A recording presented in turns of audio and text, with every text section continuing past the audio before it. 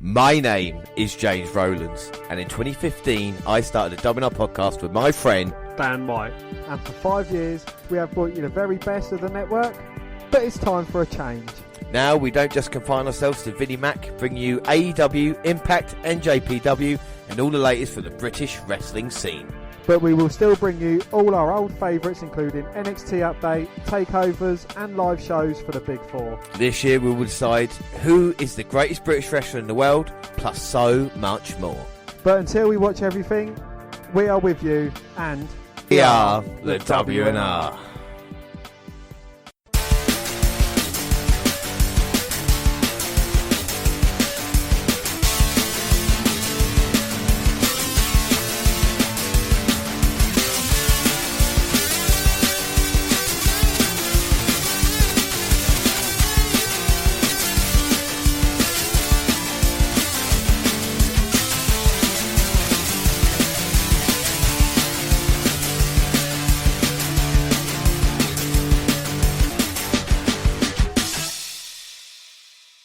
Yes, hello, I am Rowlands, and as always, I'm joined by Dan White. And today it's the WNR260. It's the British Special / TLC 2019. Before we start, let's do the alternate intro. There's nothing more British than this song.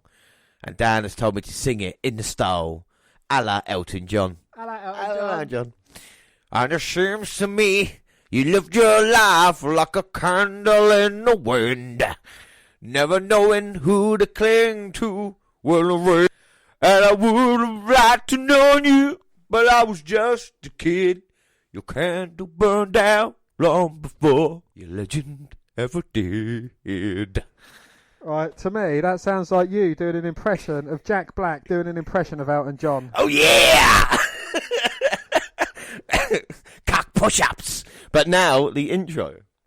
On this very special episode, we review the TLC event with, of course, but before we do that, we at the WNR are going to concentrate on British wrestling. Yeah, for the past 5 years, we've brought you the best from the network, but we always seem to ask ourselves, who will be the first ever British heavyweight champion? But then we realised holding the top title for Vinnie Mac might not be all it seems. So we asked ourselves another one. Who is the best British wrestler on the planet? Well, in the next 12 months, we'll be keeping a very close eyes on these great talents and trying to work out who is number one. Right now, we unveil the contenders, or as we dub them, the Magnificent Seven. Yeah, so the Magnificent Seven. And up first from NXT, the longest reigning champion of the last decade, done. From NXT to WWE and over to AEW, this man is one of the very best on the planet, Pac, or as we know him, Neville. Next up, my favourite wrestler, surely. Don't call me Shirley. The only hope for a British-born WWE champion, Drew McIntyre. Well, NXT UK started strong but hasn't really had the impact needed. One man who in recent times has been carrying the brand on his back, Tyler Bate. Yeah, so far, Dunn, McIntyre, Pac. Are you happy with those four so far when we look at great British talent? I am, yeah. You know, they're all very different but great in their own rights. I mean, you know, their styles are so different, and a fatal four-way match between these four guys would just be of epic proportions. That would be absolutely awesome, but obviously we know WWE guys, so for the next three of our Magnificent Seven, we'll go into more detail for anyone not sure about them, but let us explain. Well, yes, we've got...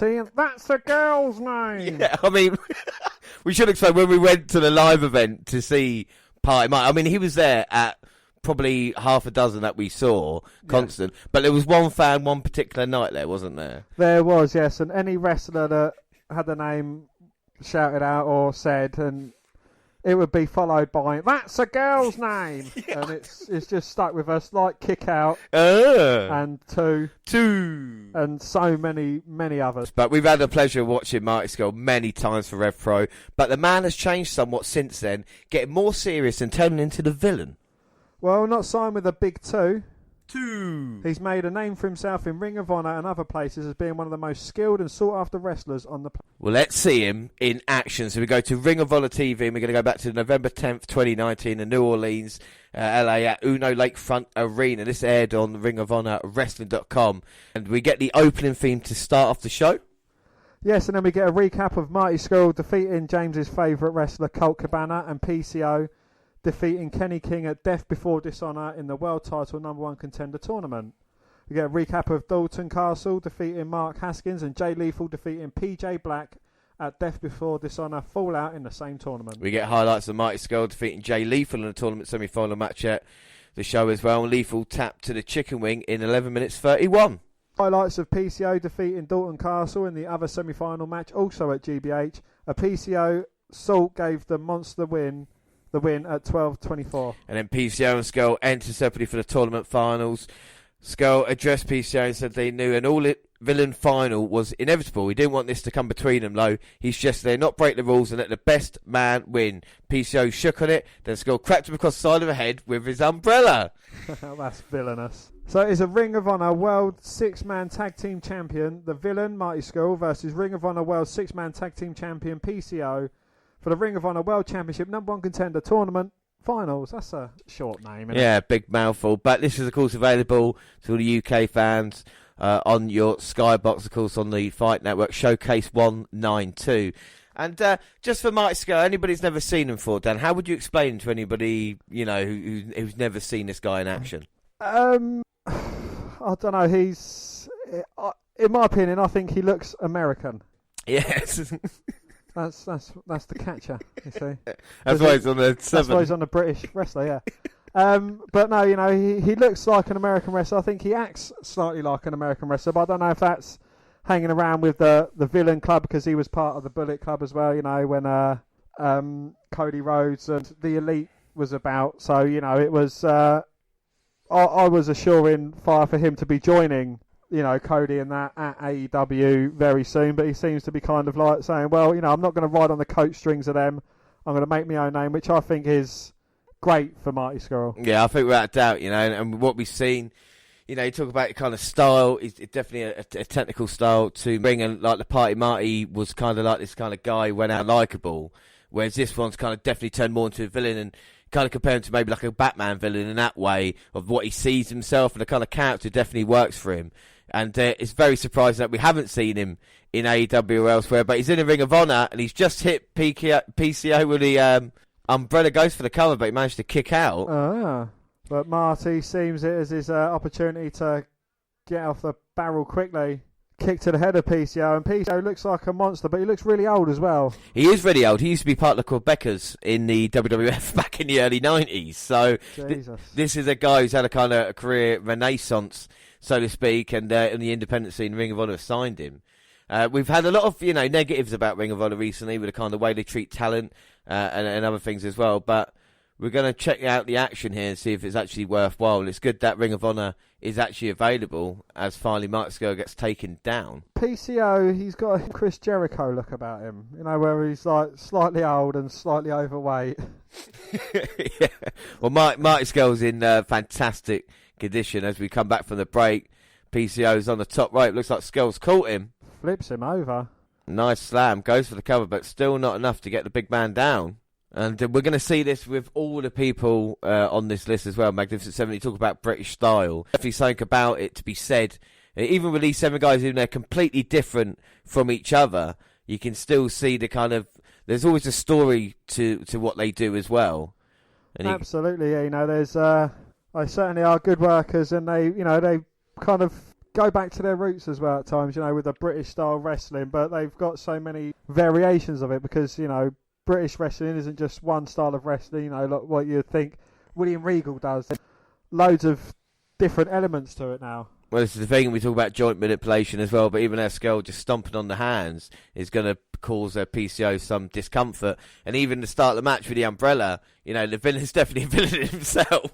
Well, yeah, he went to get a low 5 from a fan and moved his hand out of the way and just flipped him the bird instead, which is, you know, very villainous. Oh, without a doubt, you know, and this is what Mighty Skull definitely brings. He's definitely got an attitude to back it up as well. And he had advantage in the early going. And now Mighty Skull smirking. No, James hasn't got a cigarette in his gob. He's got a smile on his face because since before the opening bell, he has had the upper hand. And talking of upper hands, he's bending it backwards, just like Pete Dunne would do, and stomping on the elbow. So, you know, he's kind of been watching other great British wrestlers in our list. Now, this is the thing. For inspiration. They're brought up with this, aren't they? You know, this is the style that they come from. So every kind of every British wrestler has kind of got these skill set to him. You know, and I think definitely with these 7 guys, there's something to be said about that.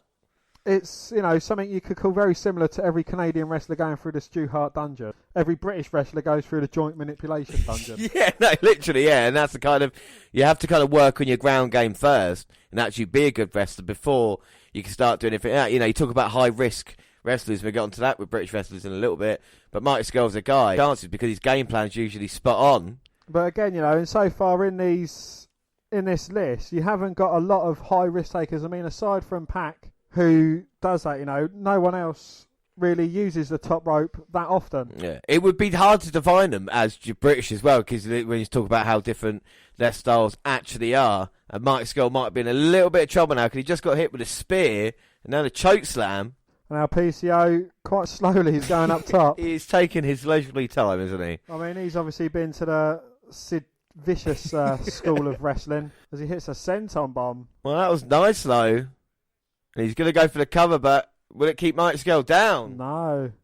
Party Marty managing to kick out. That's a girl's name. Oh. And that referee is largely obese. Well, it gives me hope. If I look at a referee in a business and say, well, the Ring of Honor guy is, you know, looks like he's eating 2 Trent Seven. You know, this is a case, as now looks like PCO going with chokeslam, but Scurll grabs a hand, which you worked on earlier, which comes back to it. Bending the fingers part, and again, like Pete Dunwood, just separating the fingers. And it's what the villain is all about. He's going to try and build some momentum now. Oh, PCO barely getting a foot up to the ribs. Scurll's definitely doing the work in this match here. Absolutely, yeah. And, you know, again, that is a good showcase of his talents if he's able to carry a wrestler who's kind of wrestled throughout the 90s, early 90s, and, you know, he's kind of that set in his ways. And Scurll now getting caught on the apron. No, managed to avoid it. He's got a little bit, I don't want to say sloppy, but a little bit of a brawl now on the outside. And let's not forget, these 2 guys hold the 6-man tag team titles together. So, I mean, it's to be fair, I don't watch a lot of Ring of Honor, so I have no idea what those championships actually entails, but it's good to see Marty Scurll. You know, just, I would presume they're like tag teams, but with an extra person. That, you know, that would actually work in a way. And then 6-man is like the whole 3 on 3. It's weird they call 6-man, not 3-man tag team title. It is, isn't it? Yeah, because tag teams are... tag too, isn't it? But tag could be more than 10. I suppose it's a team of taggers. Well, you know who invented tag team wrestling, don't you? Who? Well, the British. I'm saying. That's what I'm saying. And, well, the British export, Scurll might be in trouble here as PCO goes up to the top, but Scurll goes to cut him off. High risk, high reward. Oh, my God, now Skull's got him. Throws PCO through a table. Jesus. And a huge impact to the outside. And the referee's being liberal with the count. We go to an advert and then we're back. Both men in the ring. Looks like Skull's going to try and finish it off now. Well, he's signalling for the end. He's looking for the chicken wing. But no, PCO backs him up into the ref. Oh, the French-Canadian slam, but the referee's been knocked down. Well, the referee can just roll into position here. That would be a lot easier for him. But here comes Brody King. Not Brody King. The Brody King. Big boot to the face of PCO. Throws him against the ropes. And the boss man slam. Telling Party Marty to get the pin. 1, 2, no. PCO managing to kick out.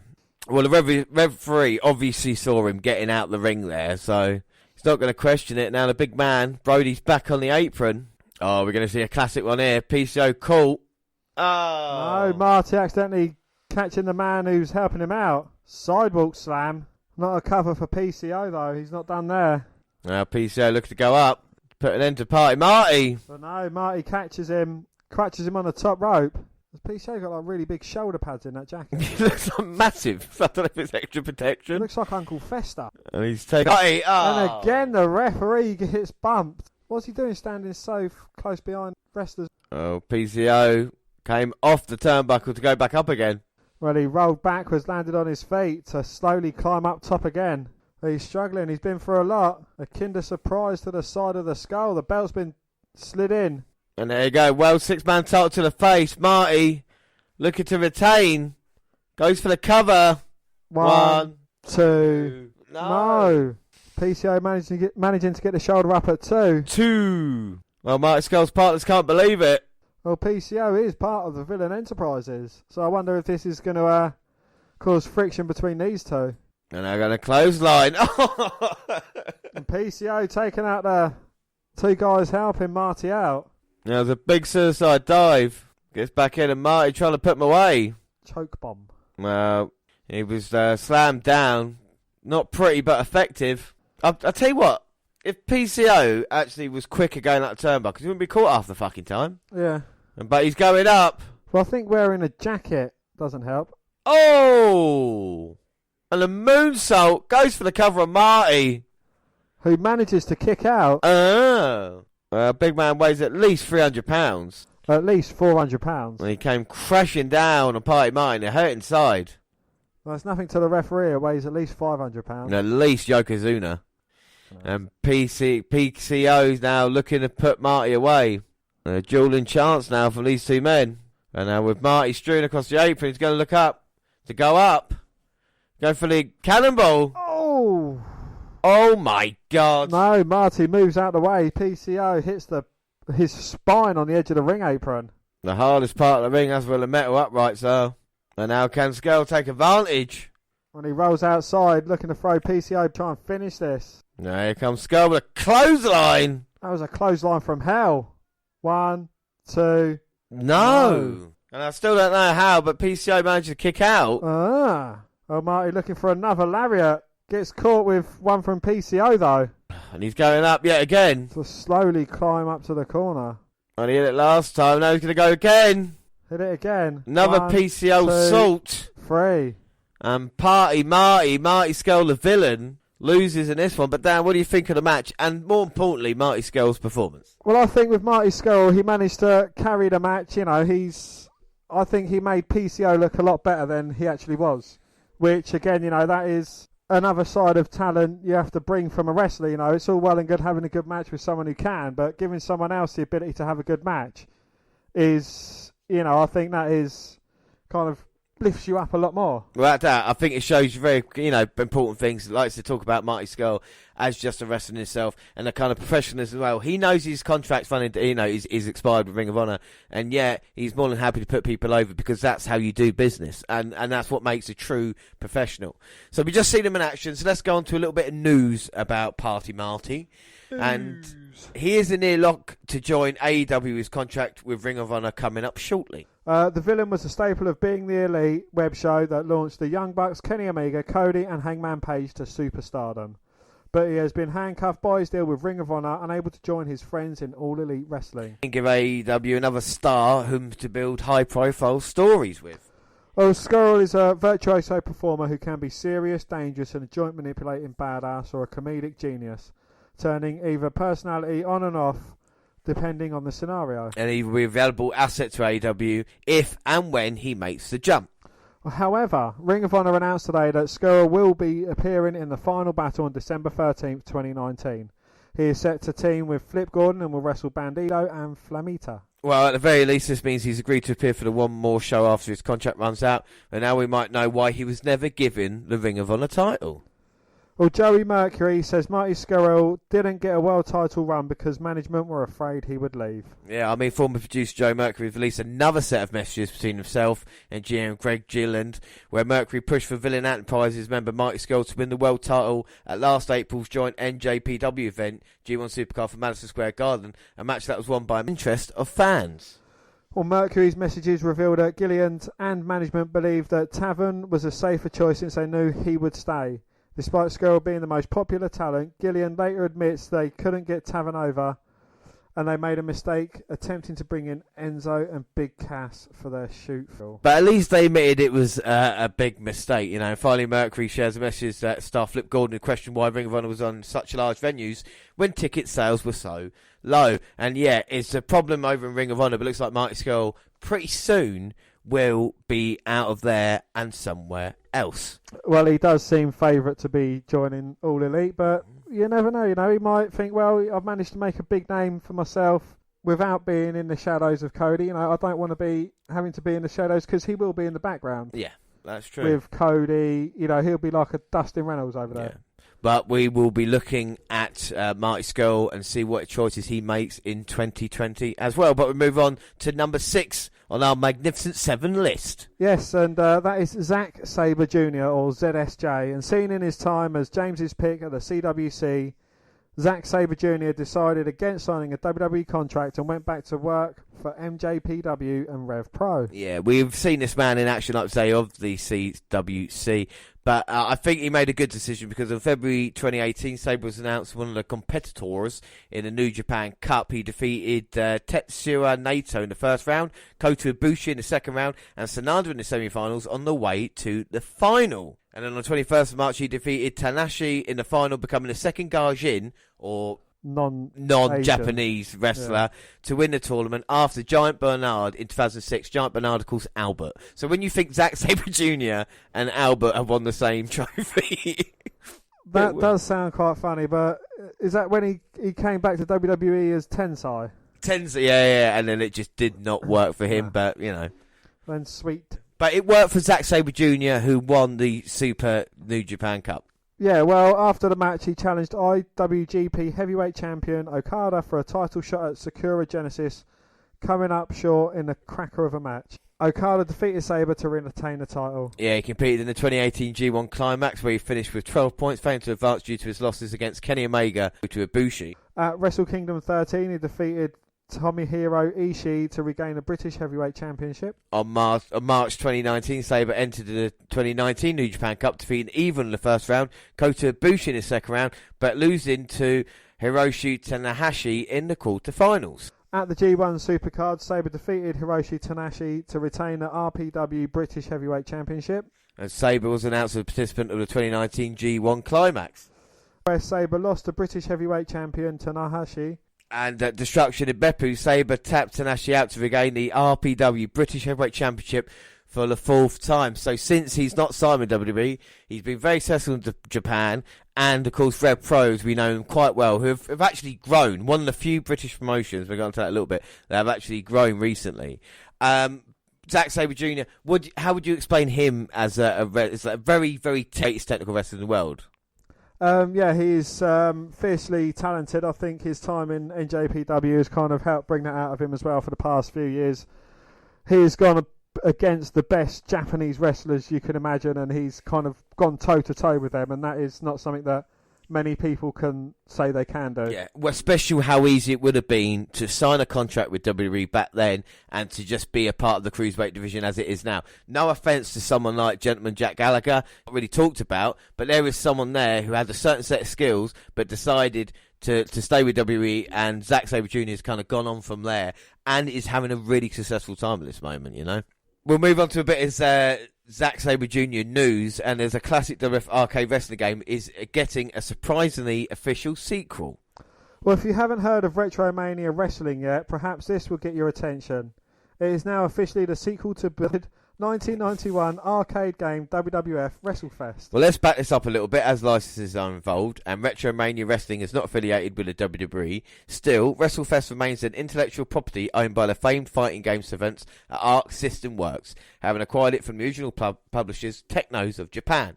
And now they're licensing it to Retrosoft Studios, which started development of Retromania Wrestling last year, calling it a successor to the 91 Cabinet Classic. Well, now it is an actual sequel. Well, WWF WrestleFest had a lineup of 12 real-life WWF fighters. Retromania's rosters will have Nick Aldis, Tommy Dreamer, Johnny Retro, as in John Hennigan, who's Johnny Nitro, Johnny Mercury, no, that's Joe Mercury, Johnny Impact. Yeah, Johnny Mercury, yeah, Mojo Morrison, yeah, all of them. Yeah, all of them, but the same character. Zack Sabre Jr., that's who James's favourite, Colt Cabana, Austin Idol, the Blue Meanie, Stevie Richards, and Hollywood Nova, all of whom had run in ECW and WWE more than a decade ago.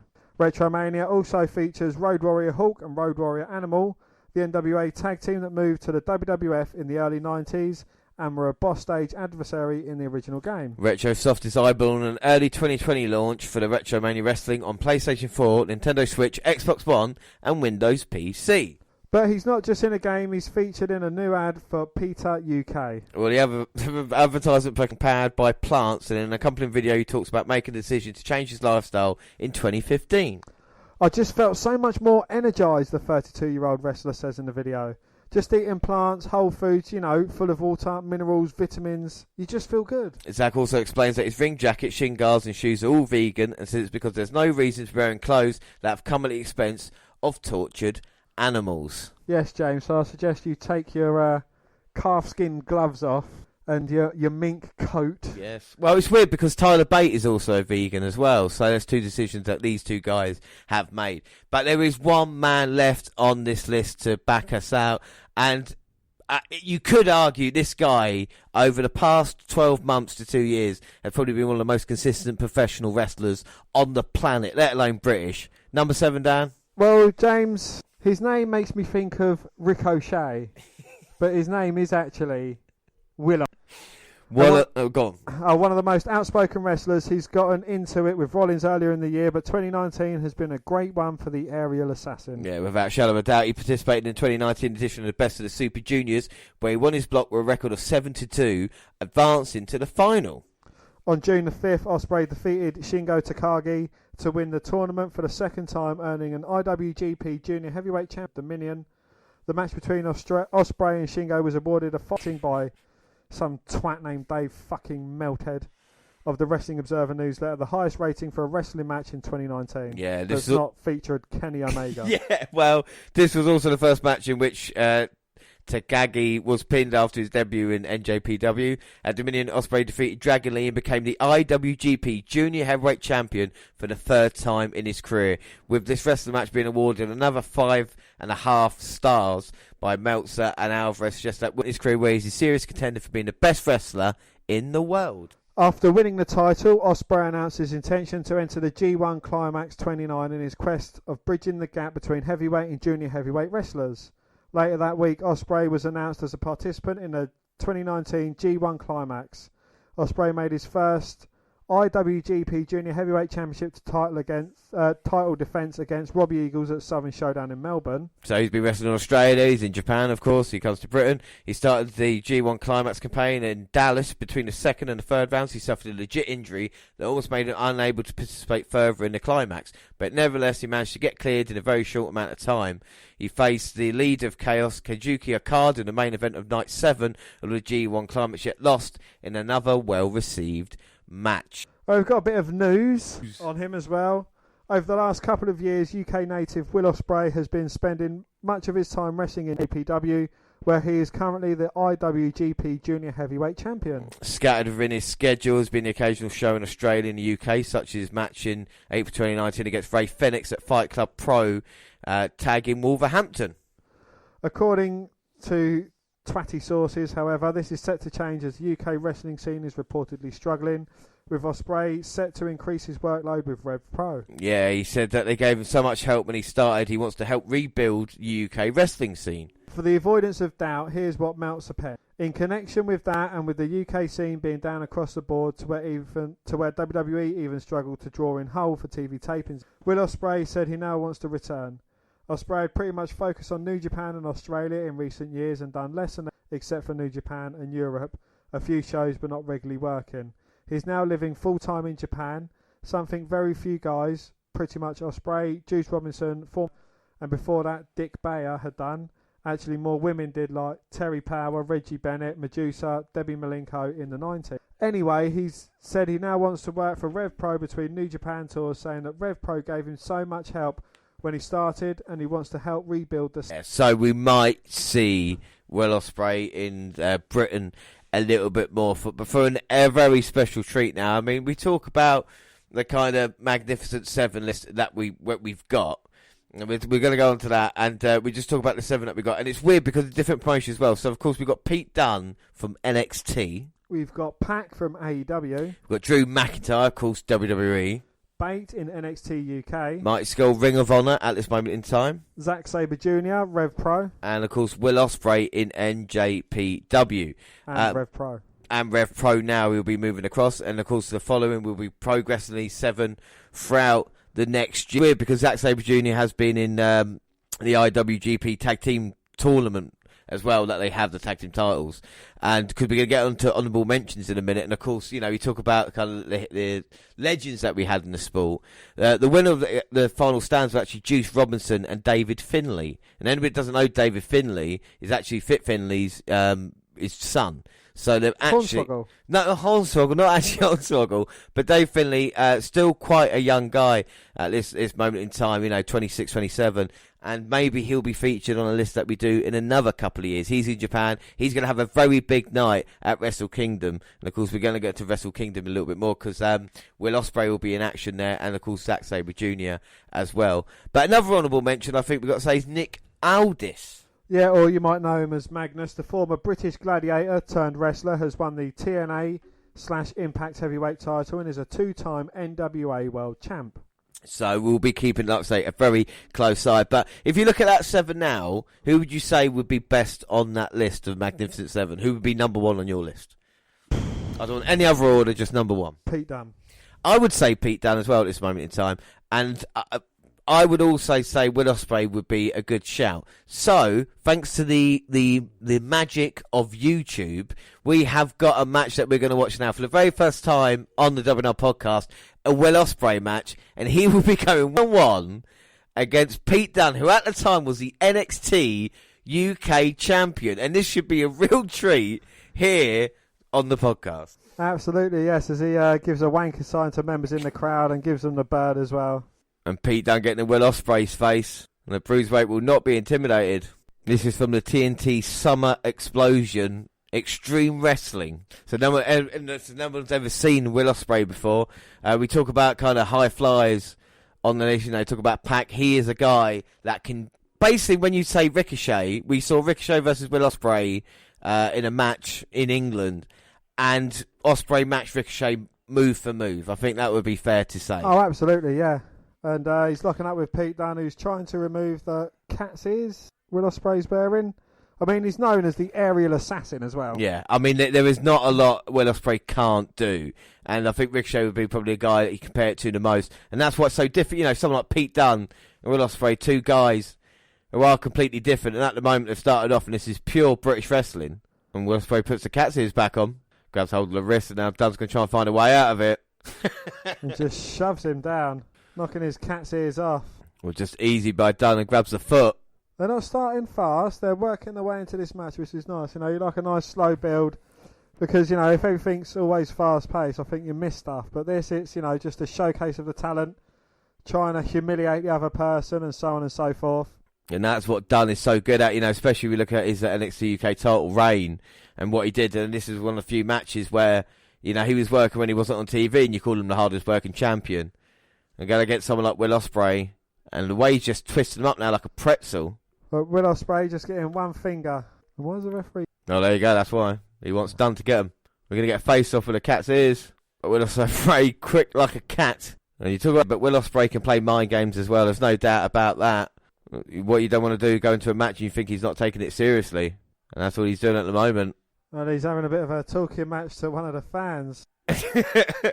Will Ospreay having a word to Dunne, going over and saying you're number 1.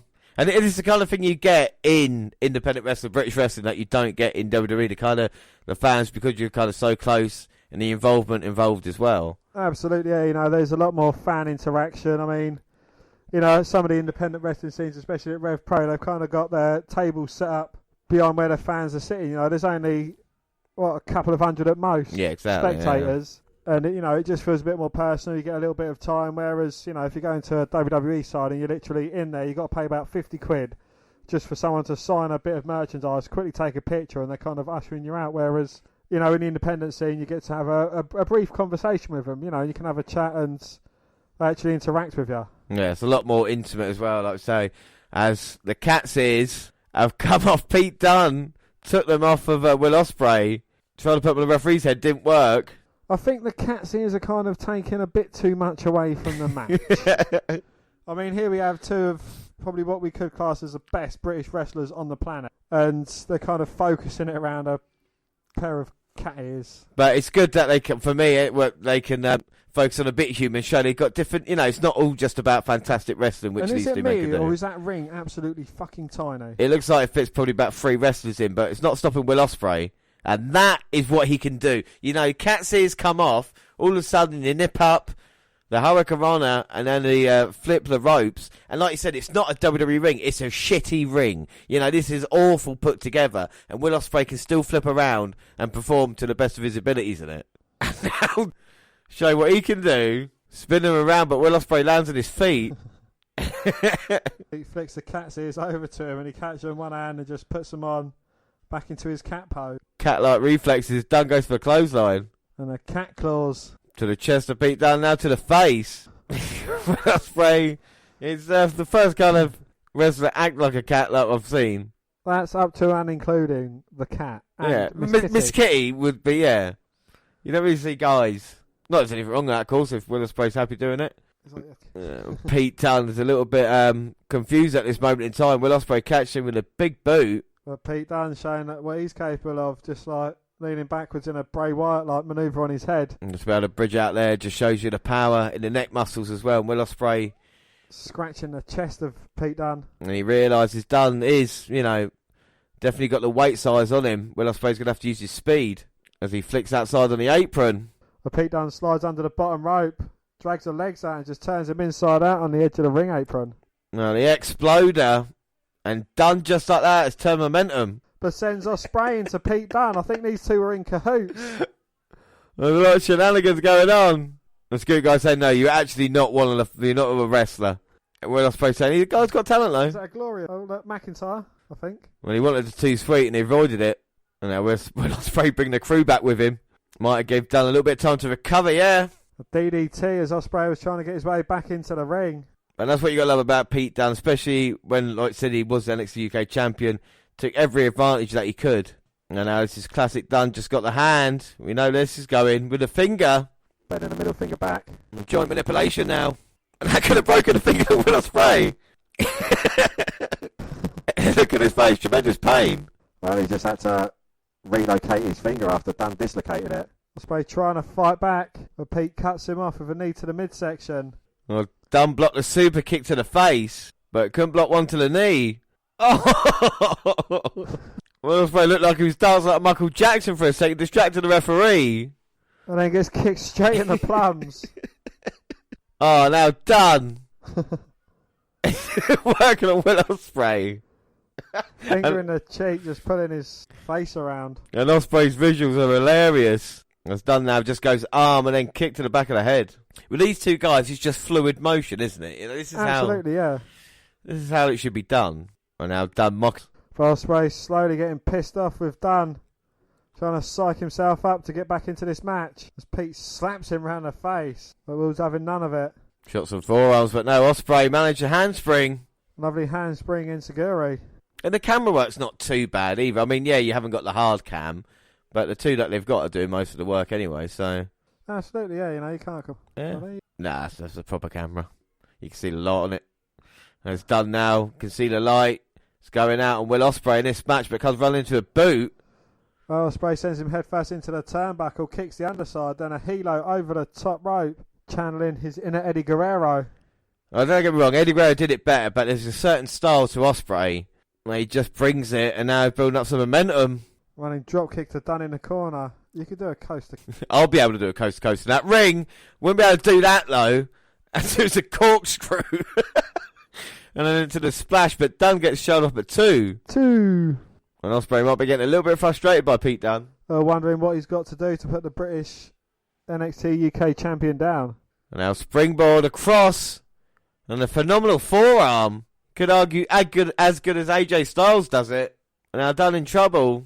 Doing the glorious hands. One could argue he's doing that as good, if not better, than Bobby Roode. And he's got the hand. He's going to look. Hit an offensive move, but Dunne bit the finger of Ospreay. Express suplex, but Ospreay lands on his feet. Standing shooting star press. Standing corkscrew moonsault off the second rope. But only getting a 2. 2. And that's the quality of just speed, you know, not speeding things up as such, but just quickening the pace. Exactly. And it's just like all that one motion. The lighting's a bit questionable though. And now Ospreay thinking what's going to take to put Pete Dunne down. Because we were a forearm shot now, looking again. Third time lucky, but Pete Dunne follows him to the opposite corner with a running knee. Now it's Dunne's turn to go up top. Coup de grace. Oh my god, a huge knockout kick to the head. Dunn now picking up Ospreay. Fuck me, X-Plex into the setup powerbomb, but Ospreay just managing to get it up at 2. 2. And Pete Dunne shows the frustrations of this match. Both men at the moment struggling to put the other away. Now here comes Dunn running in. He's placed up on the second rope. Head caught by the turnbuckle though. Ospreay looking for a super kick to the head of Pete Dunne, who was trapped, but Dunn managed to get his foot out. That's just fucking something else. Managed to land on his feet, hit the step up in security. Dunn responsible on his own. Looking to turn Ospreay inside out. He turns it into a stunner.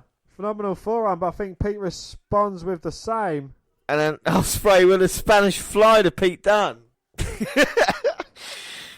The first shot, holy shit, but it's just two of the best in the world.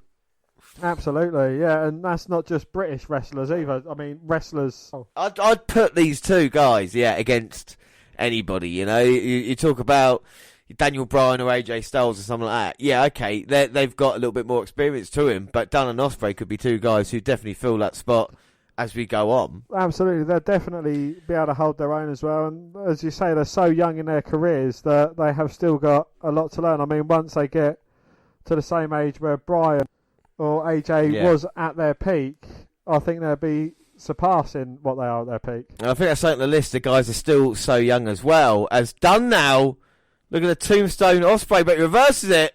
And Ospreay sends him face first into the top turnbuckle, sets Dunn up in the corner. Head trap super kick. And now Ospreay might be going up. Well, there's only two men in the wrestling world who can hit 630 splash. One of them's Ricochet, and the other man's going up top now. Well, Dunn managing to get up and cut Ospreay off. Huge palm strike, and Dunn just uses every weapon imaginable that he's got. And oh my god, this could be the end of Ospreay's career off the second. Maybe looking for a tiger or butterfly suplex. Ospreay holding on. Don't want to hit the ceiling, of course. There's quite low ceilings in this place. Oh my god. A reverse runner from the top. 1, 2, no. Dunn managing to kick out. Oh! Fucking hell. Well, Shining Wizard. Oh, went for the springboard stunner, got caught.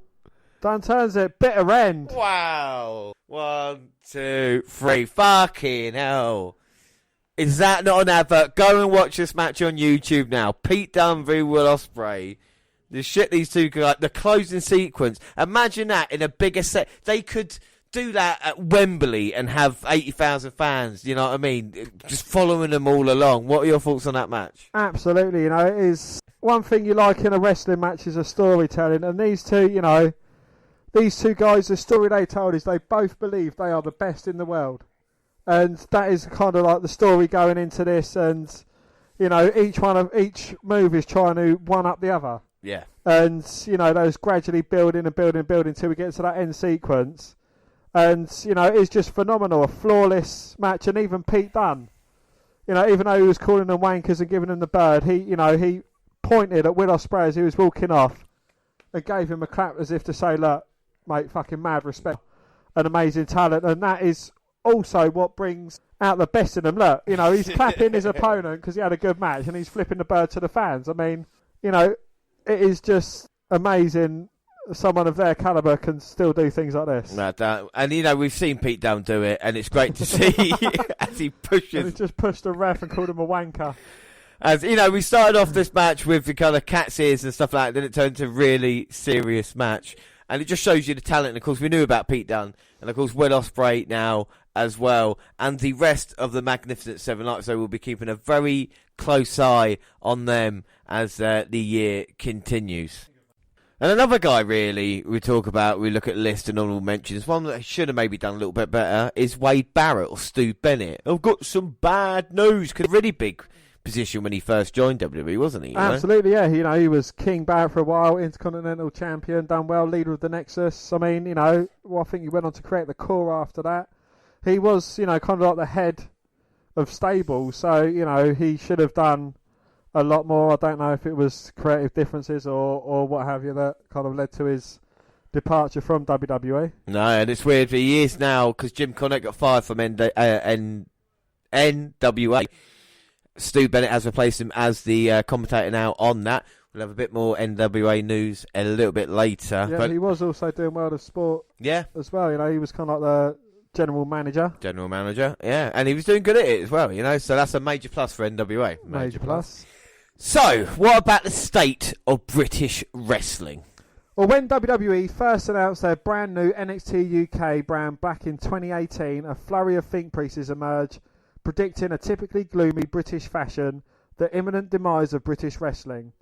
And although rumours of BritWres demise have been greatly exaggerated a year removed from NXT UK's inception, the scene is decidedly looking worse for wear. Yeah, far from the cataclysmic extinction event some commentators predicted, the creep has instead been slow and insidious. The suspension of progress in ICW was followed by the demise of Defiant and pro wrestling chaos. Well, it would be disingenuous to pinpoint NXT UK as a factor. A changing economic climate is almost certainly a contributory factor, leading to financial struggle, but given the NXT UK's propensity for swallowing up large swathes of top BritWres talent, it's equally disingenuous to pretend WWE's newest brand bears no responsibility whatsoever for the somewhat precarious state of the UK scene. I don't know, I'm so lugubrious, aren't I? In November 2018, WWE introduced new contracts, effectively forming for any promotion not affiliated with NXT UK. As Upbox reported, these restricted contracts would affect increasing numbers of NXT UK talent as more and more wrestlers sign new contracts. And we have seen this in action already on the UK scene. Tony Storm, Kaylee Ray, Viper, aka Piper Niven, all left Pro Wrestling Eve earlier this year. And AEW are something of a wildcard presence here. While they may have been royally screwed up on their UK TV contract, charging UK fans while US fans get weekly popular decision, Cody's recently tweeted in support of Southside. It was announced that Sean Spears and MJF will be appearing on the farewell show. Well, what form this support is liable to take in the long term is yet to be seen, but AEW reaching out to sideline BritWres promotions could well be a game changer in the near future. Well, some promotions fare better than others. Dodgy referee dealings aside, RevPro's close affiliation with NJPW has proven their saving grace. The RevPro British Heavyweight Championship is featured prominently on NJPW shows, thereby solidifying a niche. Well, Riptide have long built their brand on the kind of talent NXT would not touch with a barge pole. It's hard to imagine the likes of Chuck Mambo, Cara Noir, the recently retired Jack Sexsmith and Dave Benson Phillips sitting comfortably on the NXT UK roster. Well, similarly, Britain's top wrestling promotion, arguably top promotion irrespective of gender, Pro Wrestling Eve, are not only busy growing, nurturing their own pool of talent via their Eve Academy. Up-and-coming star Rebel Kinney is one, another gloriously NXT unfriendly prospect, but they're forging links with the likes of Stardom, shows kind of business now, some presence, necessity for survival in a post-NXT UK world. So BritWres is not dead, and despite WWE's best efforts, it's still premature to ring the death knell. Yeah, but nevertheless, it's a historical precedent for the current climate of pessimism. WWE's attempt at basically monopolising the scene have never ended well for smaller promotions, most in by sheer force of gravitational pull, or even absorb the march of progress, and in fact remains that NXT UK, in many respects, simply not as good as what it does some of the smaller competitors, who due to the induced WWE banner will inevitably fly beneath the NXT radar. NXT UK women's scene is patchy and underdeveloped despite an overwhelmingly talented roster. The BritWres atmosphere, cultivated by the likes of Progress, Eve and ICW, feels watered down, hampered by a kind of generic blandness.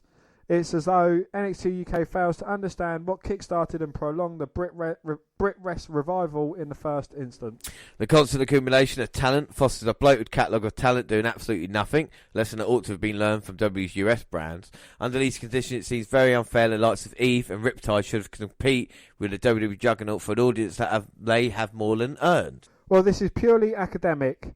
What we do know is that WWE's contract tinkering and imposition of unreasonable restrictions point strongly towards a potential interest in monopolising British wrestling.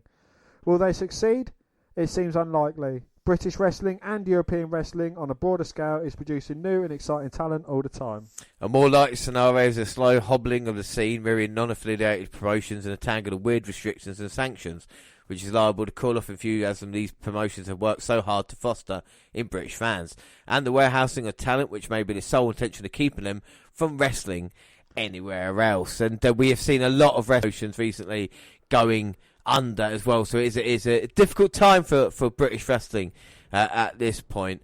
But that, the kind of negatives about that. But there are some positives, and we'll move on to talk about a couple of promotions. And the first up is ICW. Yes, in Scotland, the past few years, Insane Championship Wrestling have been selling out their shows and up and down the country. The biggest event, Fear and Loathing, took place last month. It was the 12th Fear and Loathing event, but the first time it split over 2 nights. Well, we go on to night 1, and the match results are: we got a VIP match, an 8-man tag team match. Mark Coffey and Power Forward defeated Andy Wild and More Than Hype, LJ Cleary, Nathan Martin and Darren Kearney. Jordan Devlin, Midget Head, defeated Kenny Williams in singles action. Alexander Dean defeated Aaron Echo. 6-man tag team match, Liam Dar and the Kinky Party, Jack Jester and Shah Samuels, defeated Adam Maxted and the Kings of the North, Damien Corvin and Bonesaw. Shah Samuels deserves, I think, a chance with one of these bigger promotions. Absolutely. Is that the same Bonesaw's gonna get you from Spider-Man fame? No, different one.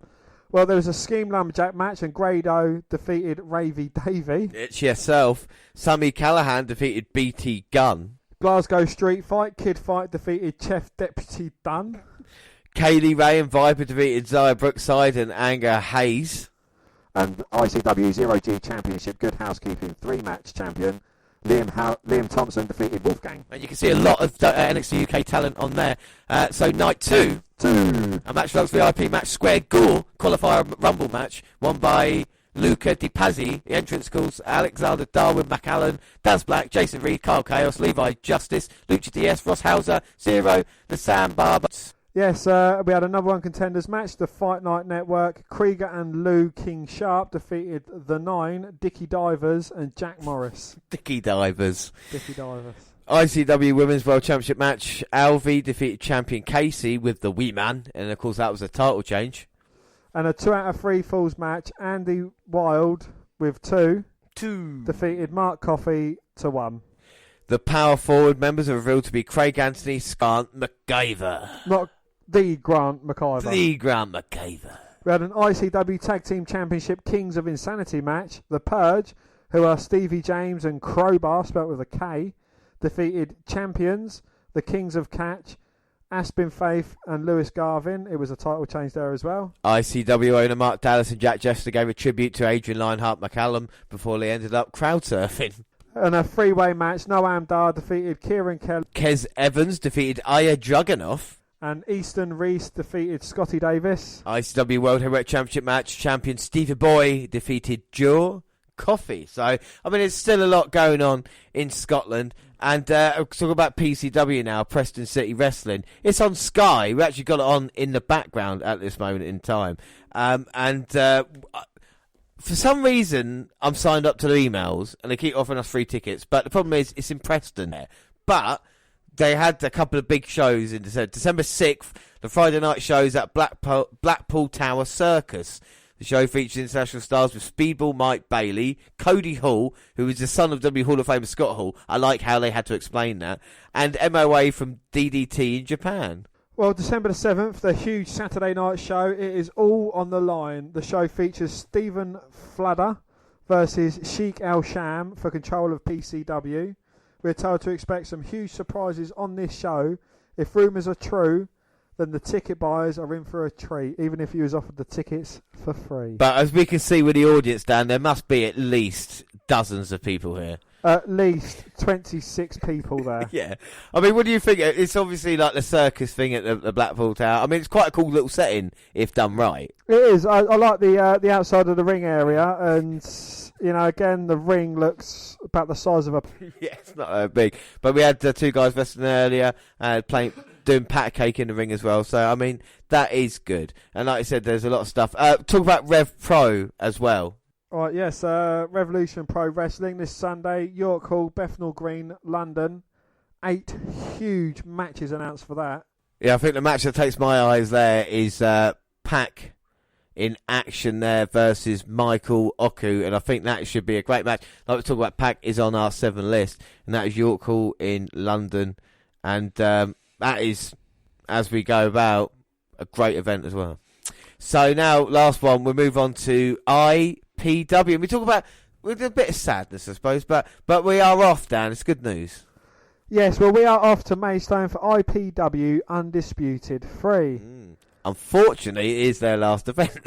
And that just shows you what is really happening to the British wrestling scene. But we are still super pumped to go, and I just hope Joey Ryan is not an arsehole. Like Colt Cabana was. And if he is, it will break my fucking... It's more Ricochet and Drew McIntyre than Colt Cabana. Even meeting Marty Scurll as well. You know, Marty Scurll's a cool dude. Of my brother with him. Mm-hmm. And, yeah, you know, that was all cool. The only person that we have actually met who wasn't cool and was an arsehole, and in the words of CM Punk, hi Colt Cabana. Yeah, exactly. So, but what about the previous 2 Undisputed events? Because we talked about this is Undisputed 3. What about the previous 2 events that took place? Well, Dan. Well. It was the IPW UK, the Big Bang Undisputed, and it was on the 17th of December 2017. An International Pro Wrestling United Kingdom. It was in Rochester, Kent, at the Casino Rooms. There was a Z-Force title match. Cara Noir defeats Kip Sabian, who was the champion, so there was a title change there. We had Dave Master defeating Big Grizzly. We had an All-England title match. Adam Maxted defeating Scott Starr. We had the WUK World title match. Mark Haskin defeats Luke Phoenix to become the champ. We had a Monsters Ball match. Jimmy Havoc defeats Abyss of TNA fame. We had the IPW UK Women's title match. Zaya Brookfire defeated Livy Grace for the title zone at the Moat Hall. And then to start us off, we had the UK World title match. Kip Sabian defeats Chris Ridgway. We had a tag team match. Lil Move defeat M&M. That's Connor Mills and Maverick Mayhew, not M&M as in Mercury, Melina and Nitro. You would be disappointed if you thought you were going to see them. Mark Haskin defeated Timothy Thatcher. We had a no disqualification match. Rob Sharp defeats Jack Sexsmith. NWA World title heavyweight match. Nick Aldis defeating Jimmy Havoc. We had an IPW UK tag team title match. The Anti-Fun Police, Chief Deputy Dunn and Los Federales Santos Jr. defeated the SCTO. We had the IPUK women's title match. Sierra Loxton defeating Bobby Tyler, and that was a title change.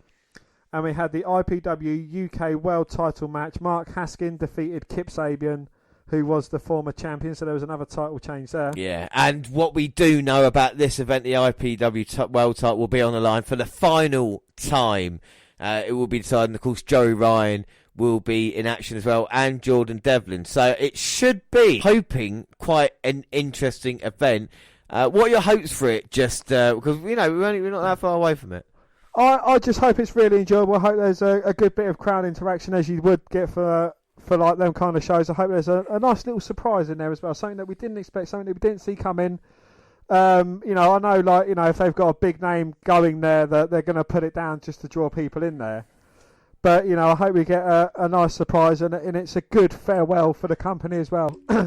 Well, what is hopefully as well we're going to try and do is a lot more British wrestling in the upcoming year. So we're not going to go to WWE at the O2 this year. We're going to try and go to a couple of more events. Locally, it's a shame that, of course, IPW are going out of business. But we want to kind of shine a light as well for anybody like the American community. We know we've got a big American audience. We'd like to thank everybody across the world who listens to us. We're going to try and, people know about British wrestling, maybe little bits they don't. And, of course, you've got the kind of World of Sport days with Big Daddy and stuff like that. But with the new things. And coming in 2020... there's going to be a couple of very special superstar profiles that we're going to do. Absolutely, yes. One of them, he is a man's man, James. Yes, he's a man. He is a real man's man. And that is Sir William Regal. The daddy of NXT. Real man's man. You're damn right about that, the daddy. We are going to see William Regal, who wrestled across the world in WCW and, of course, in WWF, and like you said, with NXT as well. And another one, speaking of great British talent, is going to be Nigel McGuinness. We actually are going to have a superstar profile about Nigel McGuinness. I recently watched The Last of McGuinness, the documentary, and it blew my mind. So we'll be covering about Nigel McGuinness's career, coming up with superstar profiles, as well as checking in with the Magnificent Seven as well. But that's it, all the talk. And up next is IPW Undisputed 3. Okay, so we saw him. We saw the man, the myth, the penis. But how did it go? And was he an arsehole is the main things, and we'll be answering all that. Indeed, yes. We've met a few wrestlers, Ricochet, Drew McIntyre, Colt Ultimo Dragon at one point or another as well. Marty Skrull, and we've Rich Swann, the Young Bucks that we've seen as well. We've seen plenty of wrestling. We've not been to a British wrestling event in a very long time, but we got the tickets, front row, and it was for IPW Undisputed 3, and it was in Maidstone, so a little bit of travel for us, but it wasn't too bad. No, it was the final ever IPW event as well, which was it was quite a sombre moment for the announcers, the referees, you know, and everyone involved, because in there since day one, the announcer said, and what was that, 18 years? 18 years, yeah, the Paul Potts looking motherfucker said he'd been there that long. But like we say, we'll run through it. So first up, we got there. The journey was fine, and the kind of where it's setting was, it is a leisure centre, aka swimming pool. But the arena itself is kind of bigger than the Rev Pro ones that we've seen in the past, isn't it, you know? Absolutely, yeah, I would completely agree with that. There was a lot more seats available for fans. Yeah, I quite liked the bleachers, and of course all the pictures and videos that we talk about are available and are already available on Twitter, Instagram, Facebook, and of course YouTube, all the WNR podcasts, so you can see what we're talking about. And like I said, I like the bleachers there. I mean, first up, before we even got in there, we had to queue because we had VIP seating. Now, what were your thoughts on the VIP waiting for it in the meet and greet? Well, there was a lot more VIP than just normal Ps. I got a bit disgruntled because a slightly heavier set fellow was kind of waiting around, and you know, we overheard him saying about how, oh well, they're going to call us in first, and like, you know, he'd arrived there probably about 10-15 minutes after us. And you know, I was kind of a bit disgruntled, but I wasn't going to let him get me down. We managed to get in, and you know, we queued up to a little corner room where the VIP meet and greet was after, I think it was about a 15-20 minute delay. It was a little bit of a delay, wasn't it? Which was a little bit annoying. But like I said, and the only problem was this other guy was people were getting caught in his gravitational pull as well. But like I said, you managed to get in, got into this little room. And I mean, I was always talking to you about the kind of scale of it, because like with WWE, people pay hundreds of dollars to go see them.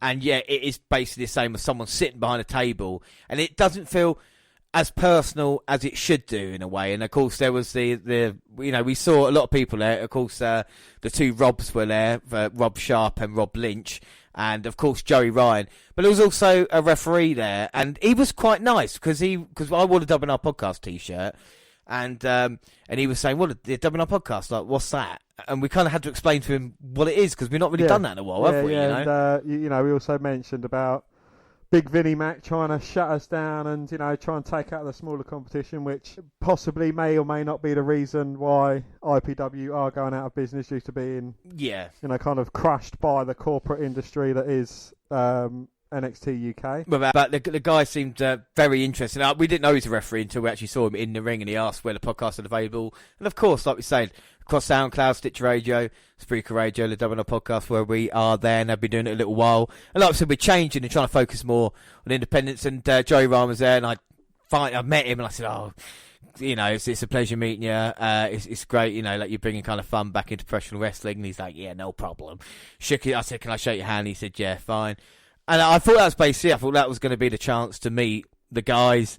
Got to our seats, and as you can see, we've got the pictures up on our big 100-inch TV screen here.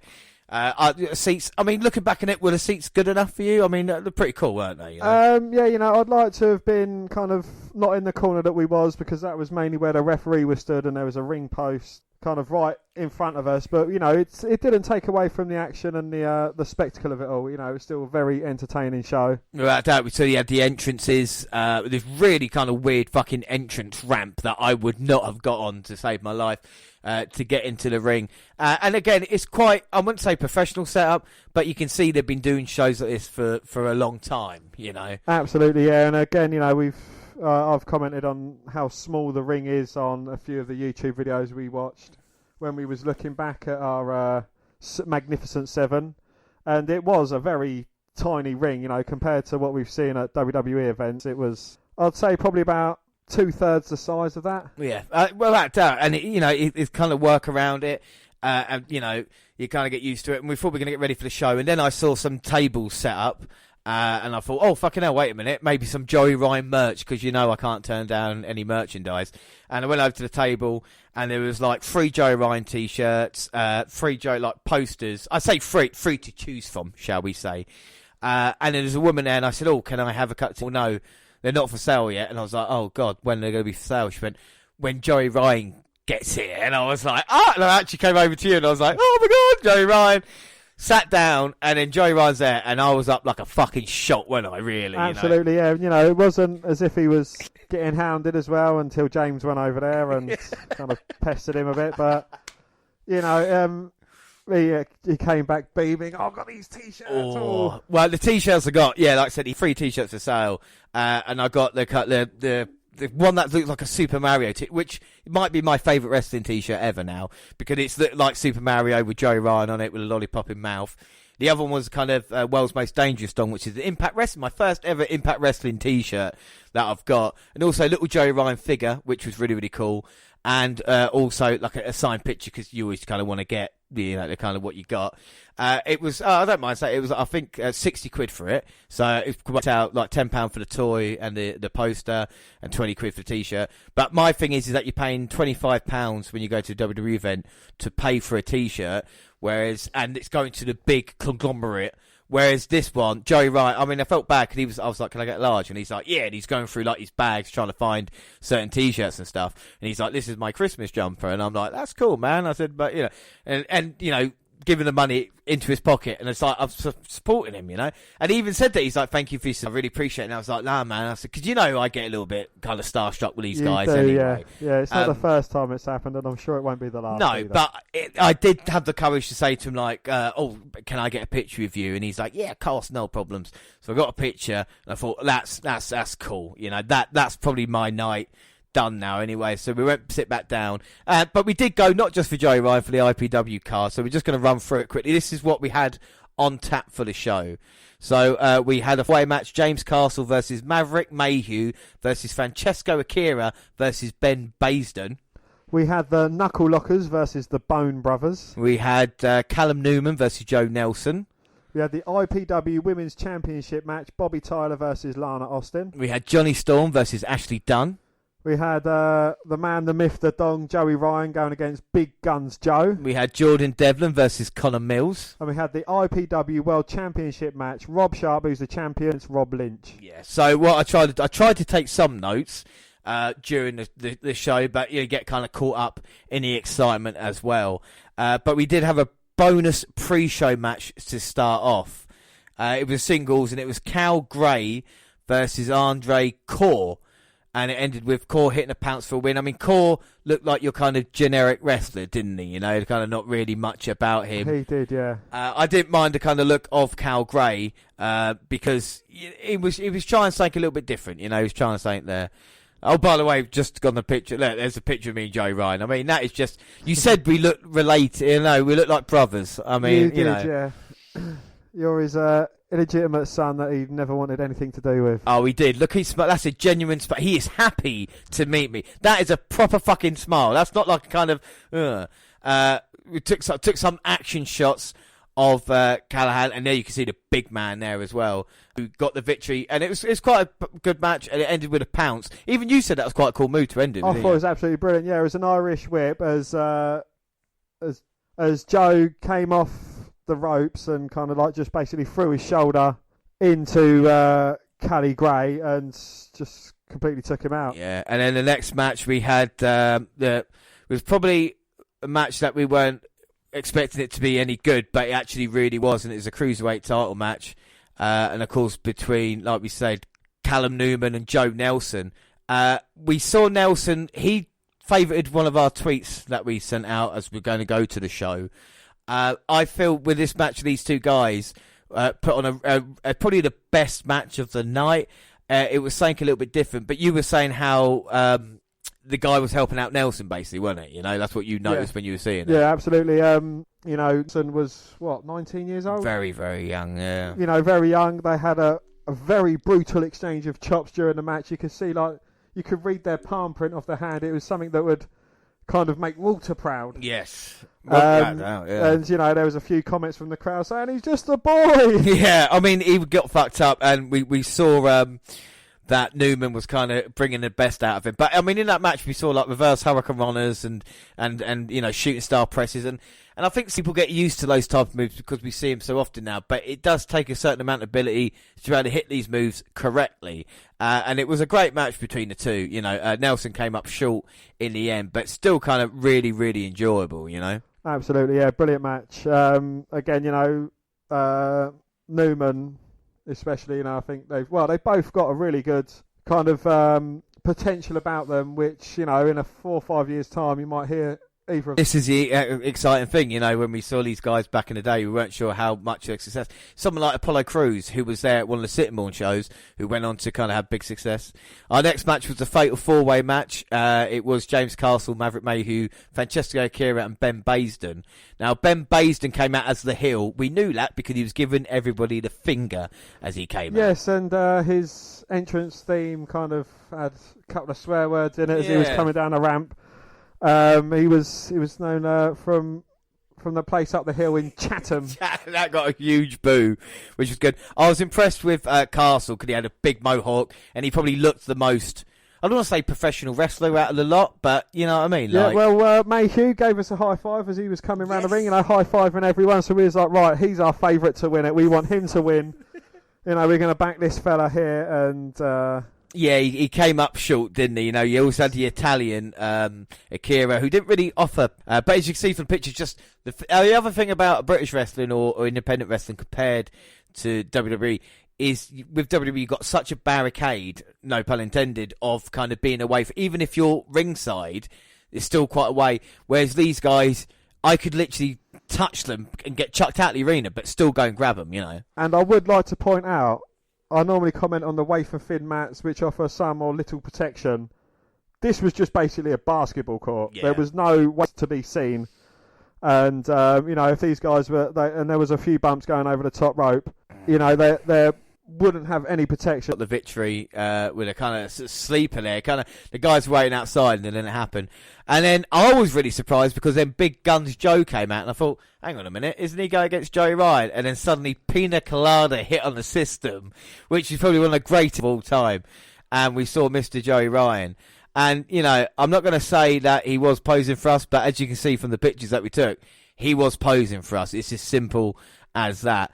And Joey came out, and there is one particular shot, and you can see because he's doing the kind of poses on the ropes, and there's one, and of course he's doing the baby oil and stuff like this. And there's one shot, it's a baby oil. You can see the drip of baby oil going down.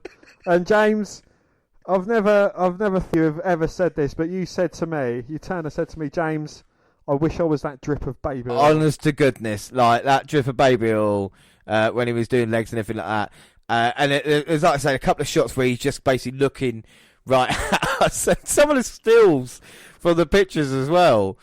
Because it was a basic story told. Joey Ryan wanted him to touch his penis. Yes, as he would, we saw the odds. It was kind of, he was kind of, on offense for the majority of the match. And it was just basically Joey Ryan trying to get this fella to touch his penis. Yeah, without a doubt. And, it was quite a fun story told. There wasn't many youngsters in the crowd, many people under the age of 18. Yeah. The picture we got right now, he is looking right at me. There is no doubt in my mind he is posing to get that bit. And I'm not saying he met me, he realised I was a fan, and he's like, I tell you what I'm going to do. I'm going to give this boy something to fucking remember. And he did. I mean, I haven't had this much fun watching a wrestling match in God knows how long. Honest to goodness, it was just so much kind of like fun, and fun in wrestling is kind of difficult, and there's an argument that you can talk about, but I just really, really enjoyed it. He tried a booplex, of course, which was unsuccessful, but then, of course, the penis grab, which we were waiting for. We knew it was going to come, but we were cheering as loud as we possibly could, Absolutely, yeah. We saw an attempt at an atomic drop, yeah, which Big Guns Joe was very unsuccessful with because, as you know, his dong will hurt your leg if it touches it. I mean, I don't want to say I shot my load and peaked too soon at that moment, but I peaked too soon at Joey Ryan. We were questioning why he would come out in the first half as opposed to the second half, It seemed a bit weird that would happen. What were your thoughts? Why do you think he came out first instead of second? Honestly, I don't know. It's like to kind of warm up the crowd. I don't know, like kind of, give everyone a huge treat because, it's wrestling would peak at that point. Yeah, well, it did. And, after that point, it was very difficult to try and get back on track. I tried to take a couple of more notes afterwards, but slowly lost track. Awesome. It was a pleasure to watch that man work. I know people have got a problem with it, but like I said, I haven't been entertained as much here as I've been probably ever in watching wrestling, just because it was in that. And no offense to you, Dan, but I literally forgot you were next to me at one point as well, because it was just me watching Joey Ryan, and that's what it was. You know what I mean? That's what I wanted. And that's coming from like someone who's seen a tag match with Cedric Alexander and Ricochet versus the Young Bucks. Yes, yeah, I know. mean, four ultimate talents, at the top of their games in their respective promotions, and yet, just a man who wants people to touch his penis. Oh, it was the best thing I've ever seen. Then we had Jordan Devlin coming out, and he was, of course, in action versus Connor Mills. Connor Mills, a very young guy, I would say. A little bit of a potential there. Jordan Devlin, to his credit, I mean, you're not in WWE if you're not in shape. And this man was in physical condition, basically, Jordan Devlin. He looked like a professional wrestler, Absolutely, yes. And I can confirm, because we have walked past him at the O2 Arena, where we can confirm his head is actually 3 times the size of a normal. At least 8 times the size. Devlin is. We've got a picture of his entrance as he came out. Kind of being serious and all that lot. But I mean, I think that's my favourite picture. The picture of Jordan Devlin's hand getting raised in victory as Mills, who I think had actually suffered a little bit of an injury because the referee was checking him very closely and got him some water towards Well, yeah, he said the ref came as he was like draped on the ring, kind of towards where the entrance way is, and the ref's like, "You're right," and he's like, "I need some water." So he got one of the runners to go and get him some water, and managed to make his way up the aisle. I think with Devlin, he's kind of like where he's in the top promotion, and he's we have seen him wrestle the likes of Finn Balor and such. I think in the WWE they want to make it look more realistic and they want to hit harder, whereas these guys, they're kind of where they're in smaller promotions, the chest slaps, they're going in properly, but I think with the rest of Jordan Devlin, he didn't hold back. Yeah. I think most definitely, and I think we saw that in this match. And then they went to intermission, or as the English call it, a break. And basically then they're ringing out and said, now's your chance to have a picture with Joey Ryan and Jordan Devlin in ring for just £10. And I thought, fucking hell, wait a minute. I asked Joey Ryan earlier, and he said, yeah, no problem taking a picture. He could have said to me, wait a minute, you can get your chance at a picture later on, but didn't do that. And not only didn't he fucking do that, Dan, right? When I tweeted the picture, the motherfucker liked it. And that wasn't the only tweet he liked. So, you know what I mean? He liked 2 or 3, I think it was 3 in the end, of pictures with Joey Ryan. That's how you keep a support base. The people who go to see him and invest in him will now, people like me will go, wait a minute, I met him, he was a nice guy, he posed for me, basically, and then, all this kind of stuff. I would go again in a heartbeat to go see Joe Ryan if he was around the kind of southeast area or anything else like that. I think it's, definitely worthwhile. But we were a bit surprised that Devlin and Joe Ryan had happened in the first half, they're probably like where they're the big shots in the promotion, they're kind of like, right, we're going to get all their focus over and done with, so then we can kind of go back to the IPW stuff, the women's title match, the men's title match, and so on and so forth. So, he's trying to concentrate on IPW last night, so to speak. I don't think the crowd was as loud. I think we were louder for Colt Cabana, or the crowd was, than there was Joe Ryan, and I think that's a little bit unfair on Joe Ryan because of how gosh darn entertaining he was. To see children in the front row, though, chanting "touch his dick" to Joe Ryan is probably one of the funniest things that I've seen in this PG era gone crazy. And then the first match after the intermission was the Wonder Kid Johnny Ashley Dunn, and Ashley Dunn picked up the victory with a with a rolling strike to Johnny Storm. I had seen Johnny Storm because he was standing next to Joey Ryan, and I didn't even realise who he was until we actually saw him in action. And then we had the next match, and it was an opposing pair of lads. It was a Knuckle Lockers, and they had won their match. So that we weren't sure who... They beat the Bone Brothers. Yeah, I mean, we have a go at independent wrestling. Knuckle Lockers versus Bone Brothers is pretty kind of generic, isn't it? But wasn't a bad match as it was in that way. And then we had of course, the women's title match that was there, and that was Bobby Tyler versus Lana Austin. And these two women are the two probably best women on the kind of independent scene at this moment in time. We were very lucky to see these two women in action. It was a very hard-hitting match between each of them. Both of them gave absolutely everything that they got, and Bobby Tyler won and is the last ever IPW Women's Champion. But at this point, I'm still trying to get over Joey Ryan. You know, there was one point where the curtain moved. I can see Joey Ryan getting ready backstage, and I thought, I'm going to take a picture, and then the curtain swiped again. And I'm like, oh, you motherfuckers. And then the main event for the IPW heavyweight title, and of course it was the match that everybody had been waiting to see. And it was Rob Sharp versus Rob Lynch. And very, very hard hitting. Both of these guys cared a lot about the company. You can see it in their eyes. And what a massive fight it turned out to be. It was kind of just brawling everywhere, weren't they? There was a few high spots. What was most surprising was the heel turn right at the end, where we weren't expecting it. But of course, Rob won and is the very last IPW World Champion. Yes, and it was a very good way and a shocking way to end the show as well. You know, it was because a lot of these guys, they was like at the end of their matches, they were shaking hands, they were showing respect towards the other guys. You know, they was thanking all the crowds that had come out, and to have that heel turn at the end of it as well. You know, it was like, oh fucking hell. Yeah, you wouldn't expect that. You thought they was just going to shake hands, raise each other's hands, and kind of show a lot of respect to the crowd. Yeah, it was very surprising how it all went down. But all in all, the show itself, I think the first half was better than second half, but I still kind of really enjoyed it. What were your thoughts on the entire event? Yeah, absolutely. It was one of the better Christmas presents you've got me, James. I'm not going to lie. It was, birthday present. Technically it was a birthday. It was a birthday present, yeah. Thoroughly enjoyed myself. It's a lot better than going to a WWE event because you're herded in like sheep and you're sat about 5 miles away from the ring. You don't get any interaction with it, and with the smaller crowds for the independent wrestling, it was it felt like a lot more personal, like it was custom to us as opposed to just getting lost in a huge crowd of people. Yeah, intimate setting. I think would be the best thing to say about it, And the video on the WWE WNR podcast YouTube channel is being played right now as Joey Ryan comes out. And of course, you can catch that on YouTube. I was so happy about Joey Ryan.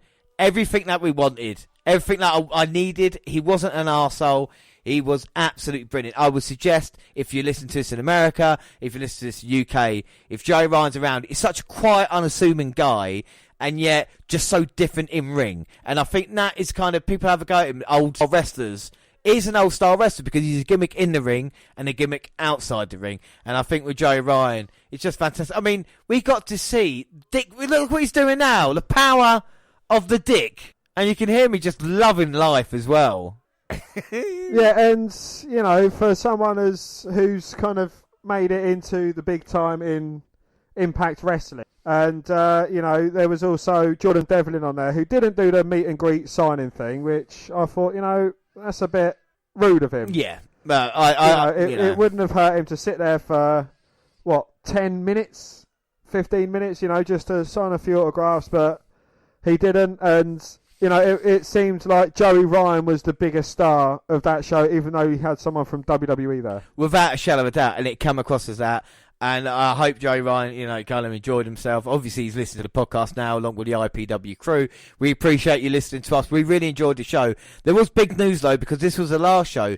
But they did announce that in April, they will be coming back as Fight Nation. So anybody around the area who missed the chance at IPW, our feelings are it's going to be basically the same crew of guys, maybe a few different wrestlers and whatever it is. But I think the main thing to say is not just a show just about independent wrestling. If you've got independent wrestling or you've got any shows nearby, you might have stuff where just you don't know any of them, right? And you go to like a Christmas spectacular or something like that. But it's worthwhile going because, as you said to me yesterday, Dan, you don't know who's going to make it in the business, do you? Well, as I said, we saw the likes of the Young Bucks. I'd never heard of them before that. And, you look at them now. AEW, they're part of the management of AEW. Ricochet, we thought he was a brilliant talent. We had no idea that he would, become one of the best things in NXT and WWE. You never know who you might be seeing there. No, without a doubt. And it's like you said, it's the interaction and be able to meet someone. Joey Ryan's a guy that I want to meet for a very long time. And when you do, it's the kind. I'm still buzzing from it now. Like 24 hours afterwards, because it just like you said, it's so different from a WWE event. And I want to say this, with the tickets for both of us, the food, the travel, the t-shirts, and everything that was spent was about as a kind of as a WWE Raw ticket, and that's just Raw because we used to buy 2 Raws and 2 SmackDown tickets. With that, just the one ticket, you can get all that, and it is well worth it. For a Sunday evening, there are, it's one of the best things to do to go there and just be. And this is a thing about Joey Ryan, you just get lost in it. You're in there, and that's I didn't. You don't think about anything else. You don't think about kind of the Christmas coming up or money problems or fucking anything else like that. You're just focusing on what's in front of you. And going back to the price, this is like a front row VIP meet and greet ticket as well. So it's like the top end ticket. Whereas the WWE ticket, we could be sat like 17 rows back.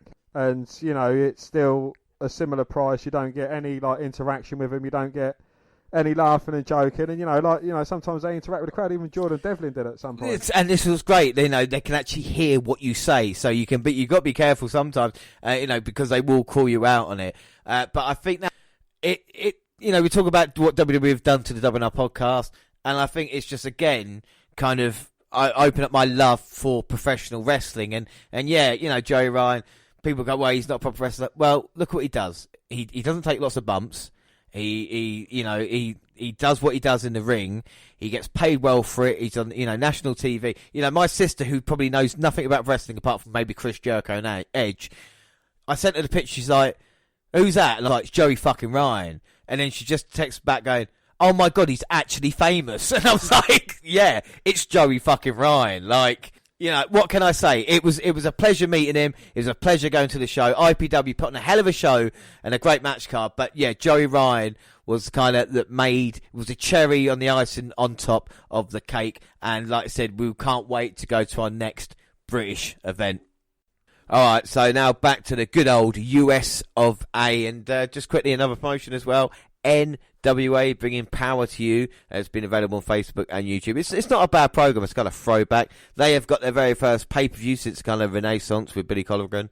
It's Into the Fire, taking place December 14th, 2019 in Atlanta, Georgia. And we're recording it before that, but if you listen to it afterwards, what a great show that was. That was absolutely brilliant. It was brilliant. Right, let's run through the card quickly, Low, on it. Yes, first match is the question mark. Ooh.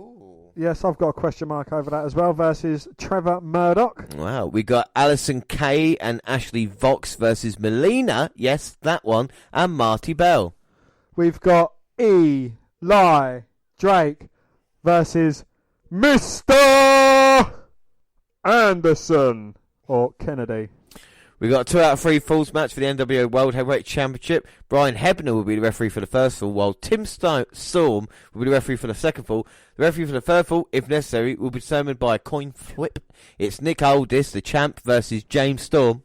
We got James's favourite wrestler, Colt Cabana, defending his NWA National Championship in a triple threat match versus Aaron Stevens and Ricky Starks. And Aaron Stevens, the former Damien Sandow, of course. And then a couple of matches added as well. The Rock and Roll Express, Ricky Morton and Robert Gibson, last seen hitting a Canadian Destroyer on AEW, are going to go for the NWA World Tag Team titles. Well, they are the NWA World Tag Team. They are show stories. Going against Wild Cards, Thomas Latimer and Royce Isaacs.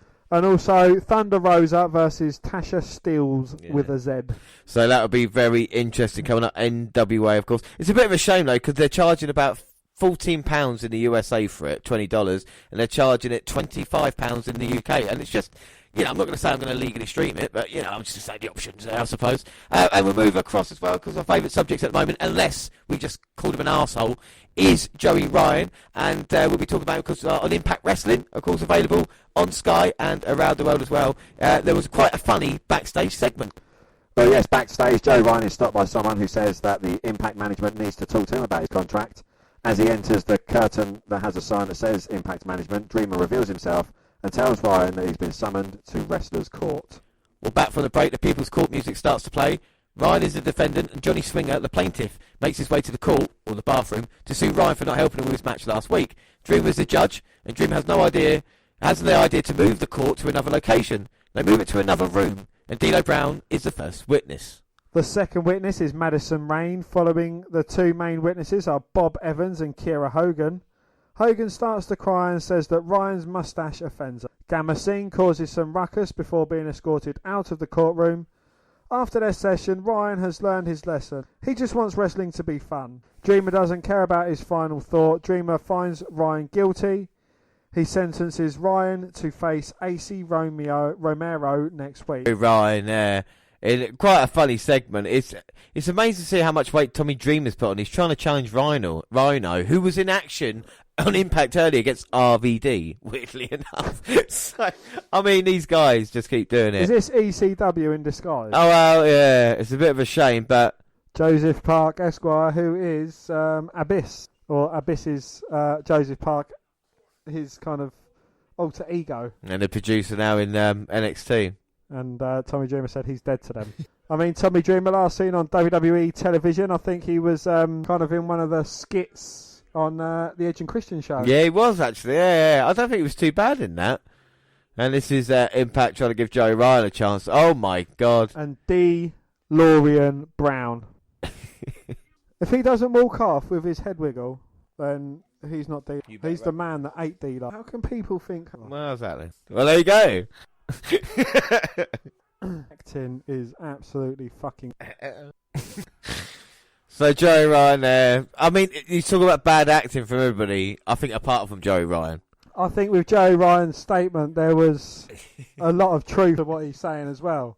So, I think it's a kind of a statement that he's said on multiple occasions to many sources and that, and I think that's kind of like the good thing because it was a bit of light to it. Yeah, without a doubt. Well, let's hope he's the nicest person because we will meet the man tomorrow. No, James, we will meet the man, the myth, and the legend, Joe Ryan's penis. Joe Ryan's penis. Oh, and Joe Ryan as and well. Joe Ryan's would be nice, Possibly, but his penis. Yeah. Anyway, let's move on, and it's a bit of Impact news because enter Sandman. In Impact Wrestling's Jordan Grace took to Twitter tonight after the WrestleCade Super Show where Rosemary versus Tara Valkyrie versus Tessa Blanchard versus Grace headlined. Grace claims that the Sandman approached her, Rosemary, Tara and Tessa before their match and told them that the women's main eventing is wrong. She tweeted, "Hey, remember that time the Sandman came up to 4 women about main eventing to tell us that women main eventing is wrong? And any male wrestler with any sort of experience would agree? Was this in 1998? No, it was tonight, December 2019. Well, she later tweeted that the full conversation was even worse. For too long for Twitter, but it's worse than you probably even imagine it. A fan replied telling her to keep private conversations private. And she responded by saying, Sandman said this loud enough for the entire locker room to hear.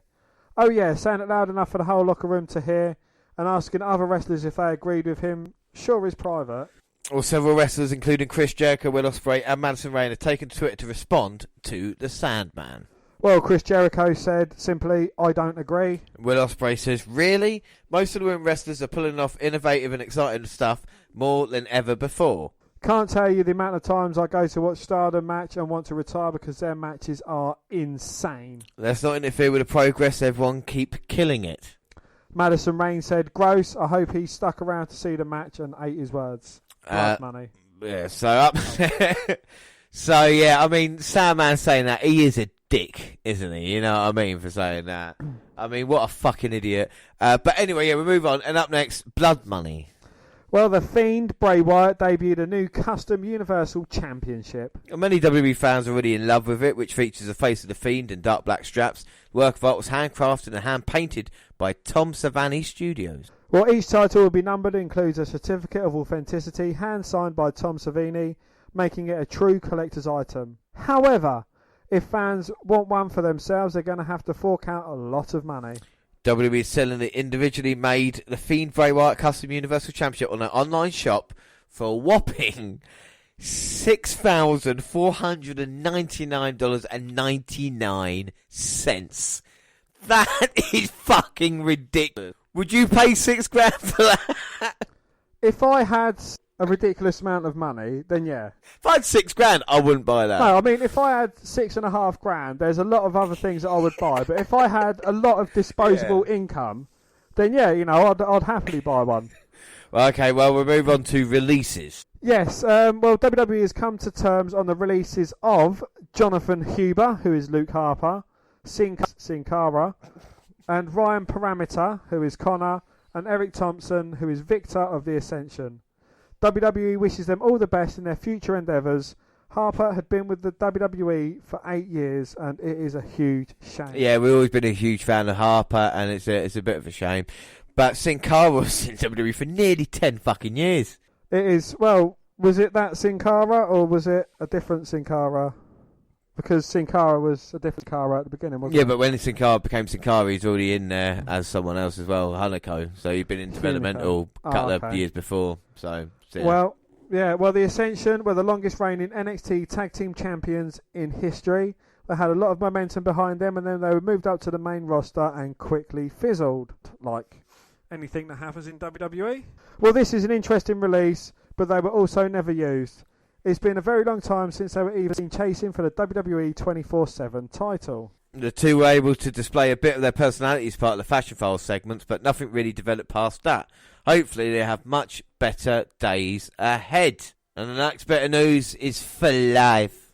For life. Well, Batista and NWO members, Hollywood Hulk Hogan, Scott Hall, Kevin Nash and Short Woolman, are the first inductees into the WWE's Hall of Fame class of 2020. They will take their place in sports entertainment history during the 2020 WWE Hall of Fame induction ceremony on Thursday, April the 2nd at Amalie Arena in Tampa Bay, Florida, as part of the WrestleMania 36 week. News of the inductions was first reported by People and ESPN. Batista was a 6-time world champion and a pop culture phenomenal. Throughout his illustrious career, the Animal had memorable rivalries with some of the biggest names in WWE history, including John Cena, Triple H and The Undertaker. Batista is also founding member of the revolutionary faction Evolution, Ric Flair, Triple H and somebody else. At WrestleMania this past April, Batista competed for the final time against Triple H. Outside the ring, he successfully conquered Hollywood, appeared in Spectre, Stuber, and Marvel's blockbuster Guardians of the Galaxy and Avengers film. And The Man in the Iron Fist, probably one of his best. Yeah, but Hulk Hogan appeared in Suburban Commando. He did, and also Mr. Nanny, so he can't really be that. Can't really be that. Well, you know, I'll share my thoughts on this after, but one of the most innovative and controversial factions in sports entertainment history, the New World Order, or NWO. For life. It was led by Hollywood Hulk Hogan, Scott Hall, Kevin Nash and Sean Waltman. The group captivated fans around the world and was crucial to the success of WCW during the historic Monday Night War. With an innovative style and attitude, the NWO participated in memorable rivalries against some of the biggest names in history, including Sting, DDP, Lex Luger and Conan. With the You omitted Randy Sorry, Orton. I did not, yeah. You omitted Randy Orton, so I have to do that one for you. With the NWO's induction, all 4 members will become two-time WWE Hall of Fame inductees. Well, Batista was one of the fastest rising stars ever in WWE with an incredible list of accolades. And the success of the NWO changed the course of sports entertainment history. Specs, WWE Executive Vice President, Talent, Live Events, Creative. It's only fitting that they all take their rightful place in the WWE Hall of Fame. Yes, well, tickets for the 2020 Hall of Fame induction ceremony will be available Friday the 13th of December. That's why they announced the headline acts. Yeah. No, they couldn't have just done that, could they? But for me, right, the NWO, seeing as though all are in there of their own right, I don't think it's again already. I'm just glad Virgil is going to be in the Hall of Fame now. Well, he's part of the NWO, isn't he? You know, we're going to have him. We're going to have Hogan. Horace Hogan, Brian Adams. We're going to have all the great members as well. You know, it's going to be Stevie Ray. No, it's only them 4 because they are for life. Ah, I suppose. But X-Pac or Sean Waltman wasn't. He was the sixth member of NWO. That's why he was called Six. Yes. So surely Don't call me Shirley. the Ted DiBiase should be involved in it as well, shouldn't he? No.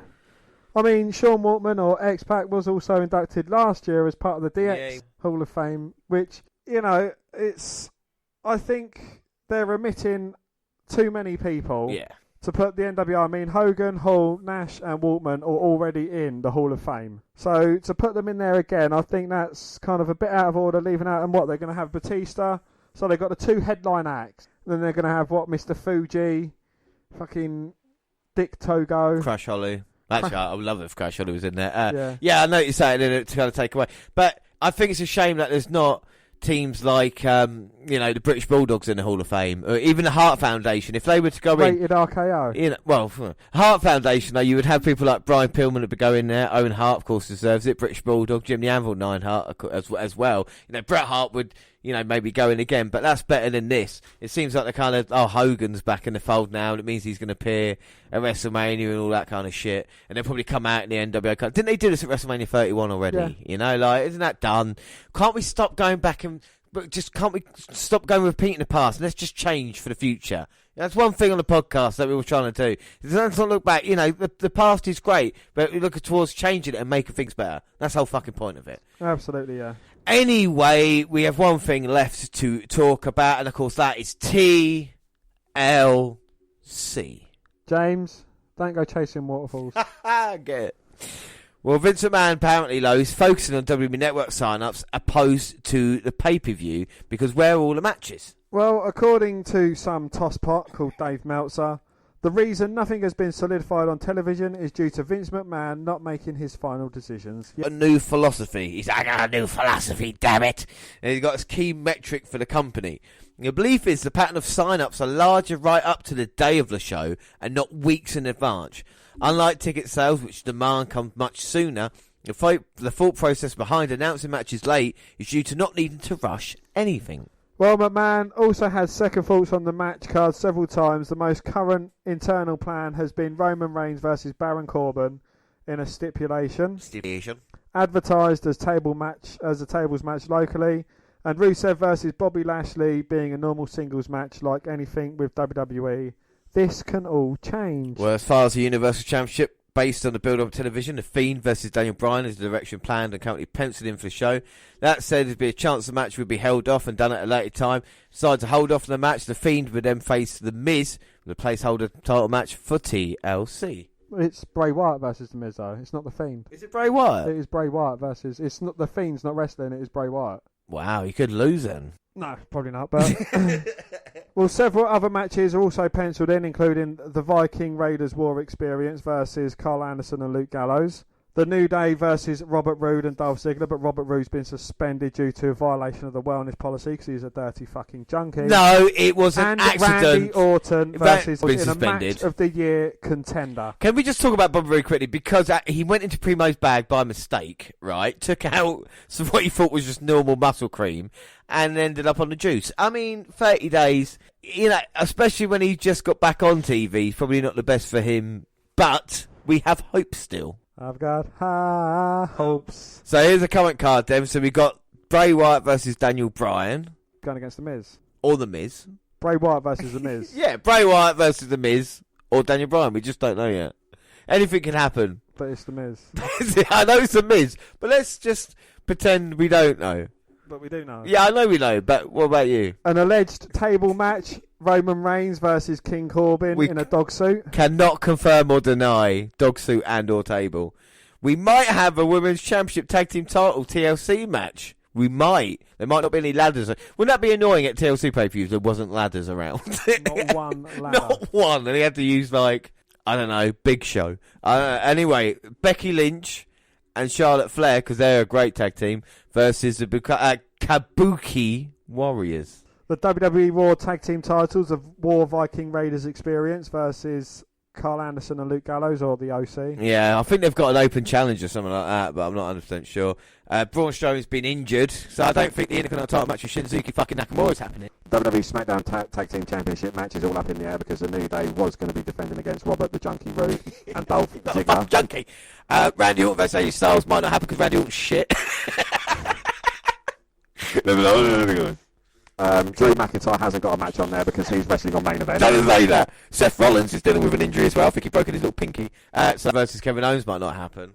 And Buddy Murphy is going to lose to Ali B, my man. We don't know. So those are the predictions. We have got some predictions that we will do. And of course, we'll have a match choice and we'll decide now. So let's move on to TLC. Okay, so we move on to TLC, and of course we do the prediction leagues. Dan, do you want to explain prediction league for anybody that's never listened to the WNR podcast? Yes, we have 3 prediction leagues. We've got WWE pay-per-views, NXT pay-per-views, and bonus points as well. We predict the results on WWE or NXT matches, and we get points that accumulate towards the end of the year, as do the bonus points. And the loser is playing for a chance to win a Matt Riddle t-shirt to have to wear at the winner's choice. Yeah, ain't going to happen to me, bro. Ain't going to happen to me. But we are going to do what we do with Hell in a Cell because WWE don't give a shit about their fucking pay-per-views. So why should we? We're just going to pick one match, and I think the one match that makes the most sense about watching is Buddy Murphy versus Aleister Black, seeing as they're both our respective guys going at it at a pay-per-view, which is a great thing at TLC to have them both going off. At the moment, it's 9-7 pay-per-view points, so it is really, really tight. But we're going to get to it now, and we started off. Well, we had the kickoff show, didn't we? And that was Humberto Carrillo versus Andrade. My 311 boy, yes, he came up short, unfortunately. And Andrade charged, nearly collided with his manager, Zelina Vega, as he did on Raw as well. He avoided it, did not evade the top rope reverse Rana or a moonsault though, and Carrillo got the 1-2-3. Yeah, and I mean with Carrillo, we didn't go for the kickoff match, so there was no point scored for that one. Is this the end of Zelina Vega and Andrade, do you reckon? Because Zelina Vega has cost Andrade a couple of times now. She has, yes. Will she be managing her actual partner, Ali B? Yeah, or maybe we saw a heel turn with Carrillo and maybe teaming up with him, or maybe a Zelina face turn. It'd be interesting to see what they do with Andrade because Zelina Vega has definitely helped him out. He would not be NXT champion now if it wasn't for Zelina Vega basically coming along NXT and helping him out. But we started the show proper with a ladder match for the SmackDown Tag Team Championships, and it was a New Day versus the Revival. Prediction-wise, Dan, who have you gone for in this match? I went for the New Day. Yes, I did. And I too went New Day in that one. So the SmackDown Tag Team titles were up for grabs in the night's first gimmick bout as a ladder match featuring New Day's Kofi Kingston and Big E against the Revival Scott Dawson and Dash Wilder.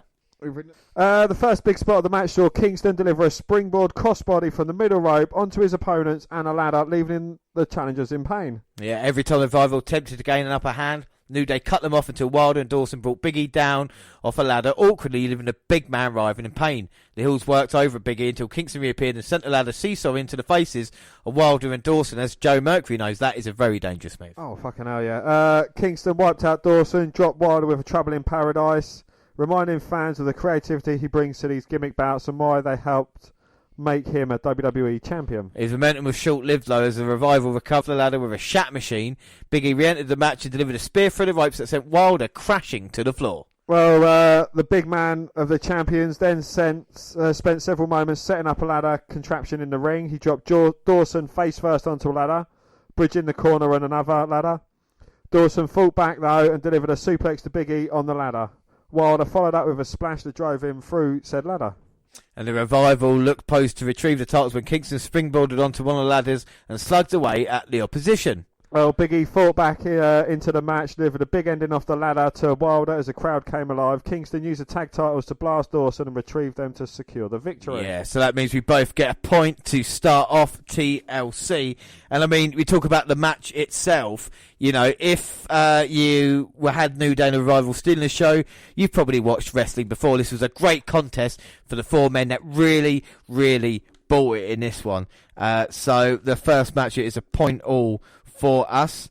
And we would do match rating for it as well, actually. Well, I would actually just like to say that Dash and Dawson did have a confrontation with Booker T during the kickoff show, which featured the Heels challenging him to reunite Harlem Heat and fight them. Do you reckon that could take place? I mean, it is in Houston, Texas, where Booker T and Stevie Ray are from. And Stevie Ray actually tweeted out a response to that, saying, look, you know, we're not hard to find us. But do we really want the Revival jobbing out to the Harlem Heat at the Royal Rumble, much like the New Age Outlaws were beating the Usos for the tag team titles about 4 or 5 years ago? For a one-off fine, the Revival need to be treated better. What we've seen with them, match quality-wise, they are fantastic. We've seen it in NXT for the past 2 or 3 years. Any tag team, to me, personally, rather than seeing them go against Harlem Heat, I'd much rather see them going against people like the Young Bucks and Proud and Powerful in AEW, because that division will be. I gave that a 4.25 out of 5. I gave that a 4.25, 2 out of 5. I thought it was a very good, entertaining match. Didn't really kind of slow the pace. And up next is the match we are going to watch, and it's Buddy Murphy, my man, versus Dan's man, Aleister Black.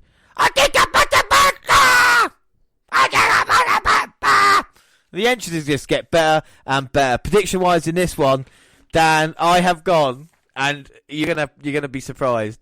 I've gone Buddy fucking Murphy in this match, man. Well, is it a secret that's finally going to be told? I have gone for my man, Ali B. Yeah, so we're going to see if the match is any good. And look at that already. Buddy Murphy sitting in the middle of the ring, and Aleister Black just springs over. Because, of course, he sits where he wants. Let's not forget about that. He does, yes. And he's facing off with Buddy Murphy. But Murphy, that's what I like about him. He doesn't seem phased. He's not that fussed. You know, Black comes in, all this kind of mystique and this kind of weird look. And Murphy is not worried. You talk about the best kept secret, 205 Live on SmackDown, and now, of course, Monday Night Raw. Oh! Wow, and Murphy nearly ate a Black Mass kick to start the match off with. And Buddy Murphy won't be, you know, that worried about Ali B. You know he's probably got the speed advantage over him, and maybe even a little bit of power as well. I think Murphy is a little bit a bigger built. And look at these two men already in the early going. Having a very quick exchange, going into pinning attempts. Both using their head to nip up to their feet. And what is it about Aleister Black that makes him so special? I mean, people in WWE might not have seen a lot of him. I just, you know, find the whole kind of way he does things absolutely brilliant. You know, he's quite a quiet fella. You know, I like his little sitting down gimmick. I do like his use of feet as well. His tattoos are absolutely awesome. It's just everything that comes into it as well. You know, he may not be the best mic worker, but you know, his kind of persona doesn't need that. Yeah. So, you know, he's kind of like a modern day version of The Undertaker. In a way, I mean, there's definitely kind of potential for that. I think what I like about Black as well is the kind of, you know, the way he sits, and that kind of gives a chance for other wrestlers to come in and play off him a little bit. We saw a fantastic series with Velveteen Dream with Aleister Black where these two face to face, and the story was about what was going on in the match. And exactly the same with this, with Black just, you know, quite, you know, very, very confident, quietly confident as it was, and Murphy just trying to face him off. As Murphy now pushes Black into the corner, and Black managing to turn momentum. Murphy clean break and a slap to the face. Caught with a nice knee there. Aleister wasn't expecting that. Oh, but Buddy Murphy wasn't expecting that. A lovely arm drag takedown, and Ali B just working over the arm. It's the thing, you need all the points you need at this point, even though you can't win pay-per-views. You know, only a 1 point swing doesn't make that much difference towards the end. Of course, we get 2 points for the league win, but still, after everything we've got for year-end predictions coming up, as Buddy Murphy there. I mean, and what a great couple of weeks we've got coming up as well. We've got the Christmas special coming out in just a few days, and of course year-end, where we do the prediction at the end of the year, and Murphy does not want to be doing that. Wow, he just caught a huge kick to the chest. But Murphy's still trying to fight back, but gets another kick to the chest. And Murphy's got to be careful, because we saw in the early going with a Black Mass how dangerous that is. It can be over just like that, and Black looking around the crowd, not really into it at the moment, which is a little bit of a shame. Back with a back elbow to the jaw, though. Murphy comes charging in, gets deposited over the top rope, but gets his legs swept from underneath him. Back first on the mat. And now what's Aleister Black going to try and do? He's on the apron. And Murphy's in a little bit of trouble near the ring steps. But maybe he was drawing Aleister Black in, grabs the leg, sends him into the ring post, and then just dives off the stairs, sending Aleister Black head first into him. That was a great move by Buddy Murphy, and it might have busted Aleister Black wide open. That was a heavy impact ring post and stairs. And this is the first time we've seen Black maybe bleed in WWE. Like I said, for someone like a Undertaker-type figure. Murphy, if he can break down one of those barriers and actually hurt Aleister Black, regardless of the victory we saw at Velveteen Dream, you can gain Black's respect. Absolutely, yeah, and I think that's kind of, worth just as much as a victory over him.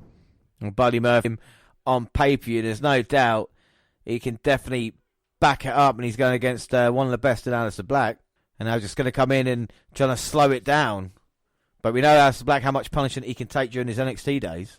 Well, the ref does have the blue gloves on there to signify that there has been blood spilt. It might be internal bleeding for Ali B, though. That's how bad it is coming out of his nose. And Murphy, see, knocking on the door of Aleister Black. But he doesn't want to get too cocky. This is what Black does well. He draws the opponents in, so they think they got the advantage, and all of a sudden... Bang, up on the shoulders. But no, Murphy wise to it, fighting out. He's got the arms, trying to get the guillotine, but Aleister Black is actually blocking it, getting the arm. And now Murphy just puts the arm underneath his leg and just sits down. So every time he hits Ali B, another lot of blood spills out of his nose. It must be difficult for Aleister Black just to be able to breathe at this moment in time, especially with Murphy pushing down on him. And Murphy is quietly confident. They've both got similar hair and beard styles, haven't they? I think they're both quite similar in a weird way of kind of what they can do in ring. You know, their moveset, even though Black's obviously got the advantage with kicks, Murphy likes the knees, both men can fly around, both I think quite technical. I think Black might have the advantage there with that. Yeah. Even though it's crazy to think one of these guys, you know, was an NXT champion, the other one was a Cruiserweight champion. The Cruiserweight champion is actually bigger than the former NXT champion. Well, Murphy sent Ali B over the top rope and bouncing his head off the announce table, where Samoa Joe is actually on comms. Yeah, I mean, and he's been great on Raw as well, and it's a credit to Joe. Hopefully they can build a storyline towards that rather than him as an announcer. Oh, wow, Buddy Murphy, he should be focusing on his opponent, but he's focused on his jacket. Oh, come on, buddy, this is a huge mistake, and if Aleister Black sees this, it would be like a red rag to a ball. Well, Ali B has seen it, and he looks pissed off as he gets his jacket thrown at him. Black kicking Murphy as he came charging towards him.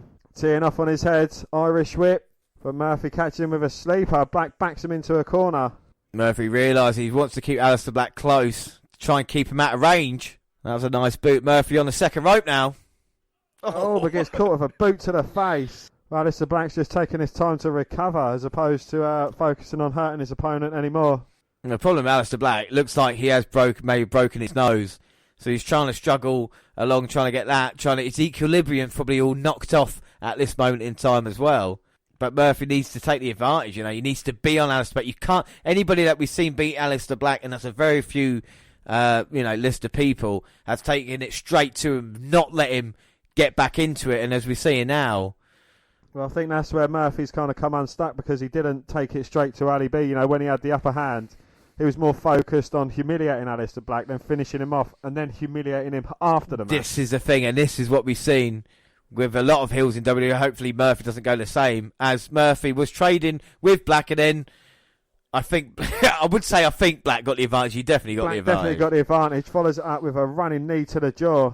There's no doubt Aleister Black is popular as well, the fans. It's just getting to know him more and learning something about him, you know, a bit like with Buddy Murphy. We know Buddy Murphy a couple of taller then after the kick to the face. Wow, spins round the opposite direction with a knee to the face. Springboard moonsault into the cover. 1, 2. Go on, Murphy. Buddy Murphy managing to kick out. And now Aleister Black just going to take his, not take his time, he's thinking he's got a plan ahead. And he is trying to recover as well. Well, I've not across the bridge of his nose. Oh my fucking days! It does look like his nose has been busted open. And that's just credit to Murphy. It might be the end now, though. As he picks up Buddy Murphy with his foot, but Murphy trying to shake it off, holding on to it, but gets caught with a back elbow and just knocked out of the ring. Maybe that's the best thing for Murphy, but he manages to hold on and land on the edge of the apron. And now this is dangerous between Black and Murphy. Aleister Black looking at the wafer thin mats below. I mean, how thin are those mats they're looking at there? Just mere millimetres thick, thicker than the IPW ones. Yeah, and now Black, which were non-existent. He's going to look try and put Murphy away.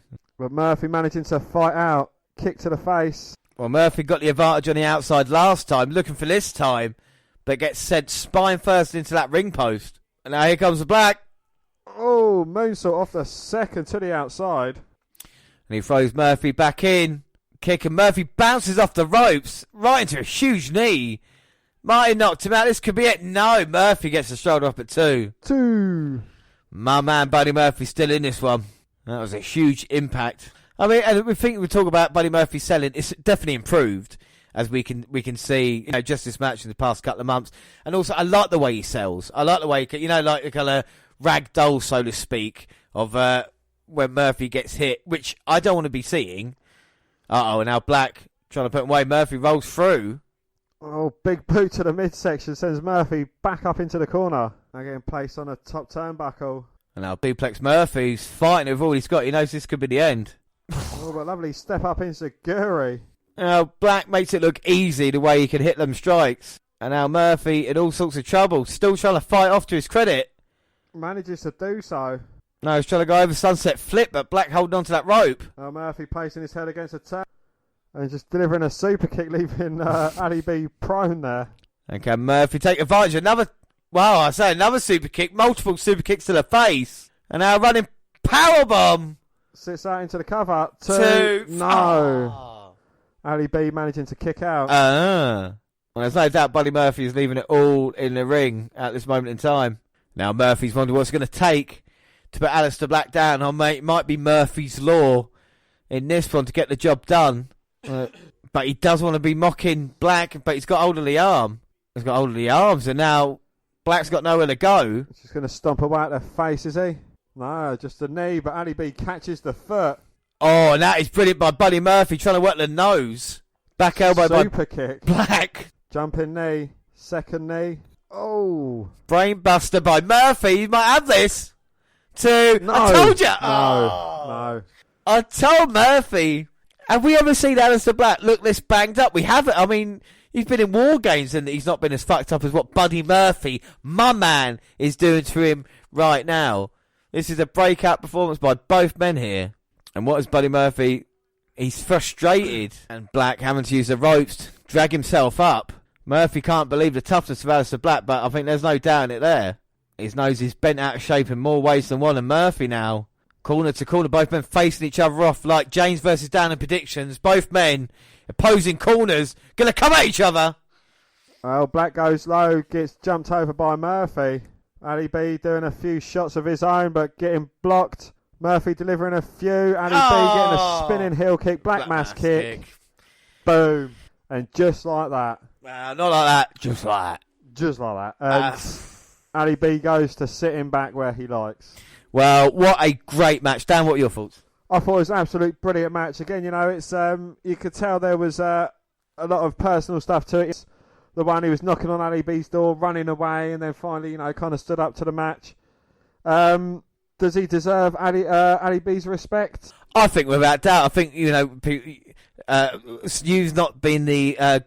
You've been quite a harsh critic of Buddy Murphy, and I think he's a lot of things that he's been doing wrong came right in this one, and to go up against, one-on-one with Black, competitive match, he didn't look out of place in this one, I don't think. Out of place again, his selling, I think he could stay down for a second or two longer because, with everything, Buddy Murphy always seems to be fighting out, and it's moves and hits that put other people down for longer. It's not taken away from the talent that bloke possesses because he does. Yeah, but it's even like it's just getting hit with a black mass kick and the way he sells it. Many people would just go straight down, and he kind of got a little flourish to it as he drops down. Yes, it's in defeat, which is a shame. No, it's in the face. But Aleister Black should have a strong 2020, and I think Buddy Murphy has earned respect there. Great match, though. What are you going to give that out of 5, do you reckon? I'm going to give that a 4.5 out of 5. I thought it was an absolutely brilliant match, and again, another small critique of Buddy Murphy. He's very entertaining. He's brilliant in the ring, but he just doesn't have that it thing about him. I would agree, and not to just, let's talk about critique. I think with Black as well, he needs to be careful that he needs to grow a little bit of, not personality as such, but a little bit more. You can be a dark, brooding character, but you'll need to kind of do something about it soon. Find out a little bit more about it. Do you think a manager or manageress would suit Ali B? A manager, a mouthpiece manager? I think a mouthpiece manager, so then you can Black can just go about his business. It's really cool. But the thing is that we want to learn. It's like Buddy Murphy and Black. They've been in the main roster now for 6 months to a year. Have we learned anything else about them? And it's not just those two guys, it's a lot of W wrestlers. We're not getting any development with them, which is a bit of a shame, really. But a great match, and we move on to our next one. It was the Raw Tag Team Championship match. It was the War Viking Raiders experience going against the OC of Luke Gallows. Now, it was the open challenge beforehand. Who did you go for in your open challenge? You left it blank. I went Ganderson in it, but I don't need a bonus point, so I'm fine. We knew it was going to be Ganderson anyway because we've seen it beforehand. You know, in this match, did we really need this match here? I mean, the Viking Raiders have done a lot, haven't they? You know, I say done a lot. The Viking Raiders haven't done a lot. They've been against jobbers, and then with the OC, we thought it was going to be a good fight. Then the fight spilled to the floor, where Anderson sent Eric into the stands. The referee made the count. Fortunately, neither team was to answer, and it was a 10 count and official LaBelle. At a gimmick pay-per-view, at a TLC match, to have something go count out is a travesty, isn't it? You know, it is an absolute travesty, but it's something that you don't see that often to protect both parties involved, I suppose. I went for the Viking Raiders. Yeah, I went Viking Raiders as well. Prediction-wise, after 3 matches, then it means it is. You got 3 for 3 at the moment. You are free. You're free. New day. Yeah. I'm on for a perfect score, so the bonus point would help me out a lot here. Yeah, it would. 3-2. But again, really disappointing way to have it. You know. Up next, we have the TLC Tables, Ladders, and Chairs match. Roman Reigns versus Baron Corbin. Corbin surrounded himself with wall security as Roman Reigns made his way to the ring for the TLC match. Only to watch as the big dog systematically picked each one apart. The big dog then caught a Russian Corbin with a big right hand and proceeded to pummel him through the arena and back to ringside. Well, finally back in the ring, Corbin turned the tide in his favour with a deep 6. He dropped Reigns again with a big clothesline for a near fall. King Corbin continued beating him down at ringside with ladders to the ribs, following up with chair shots and, just beating down the midsection of Reigns. Well, Reigns attempted a comeback, but Corbin delivered a chokeslam backbreaker to halt his momentum. The fans remained behind the big dog, though, and cheered him back into the match, something that they weren't doing a year and a half ago. He retrieved the table from ringside, set it up in inside square circle, where Corbin rolled to the sanctuary of the floor. Well, as Reigns attempted to back, blasted him with a can of dog food, and I've been hit with cans. It wasn't dog food, it was actually a can of Heinz baked beans. Straight to the side of the head. I've still got a dent actually in my head.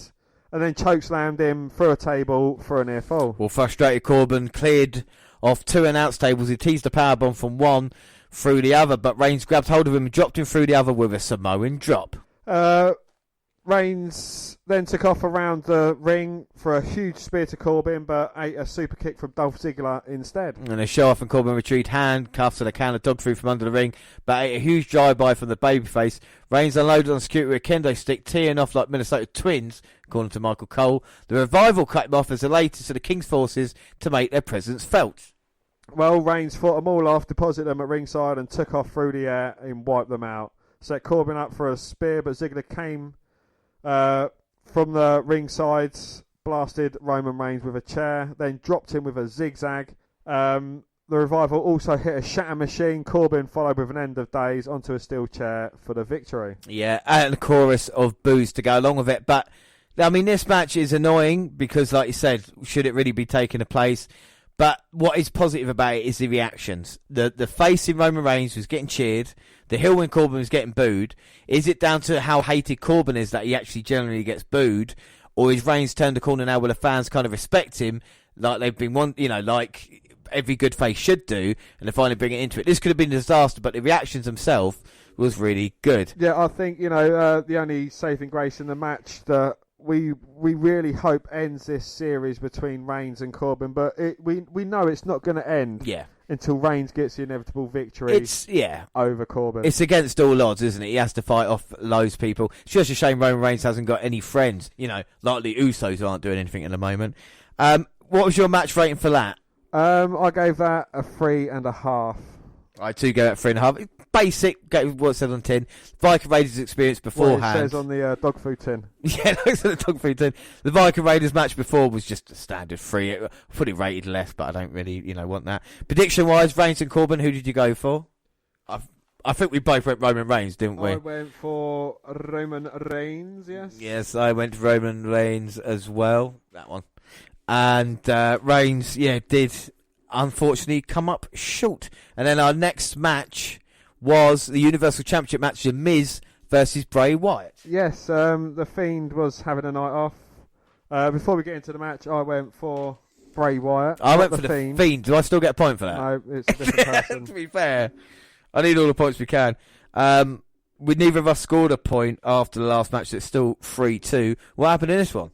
Well, as we know, Bray made his first appearance in as Bray Wyatt for ages. Does that kind of make you think, fuck me, the Miz must be shit then if he's not even bringing out the Fiend for him? It was weird because the way he came out was proper Firefly Funhouse as well, as he kind of laughing and joking, holding his title belt, going to the announce table and looking at everybody.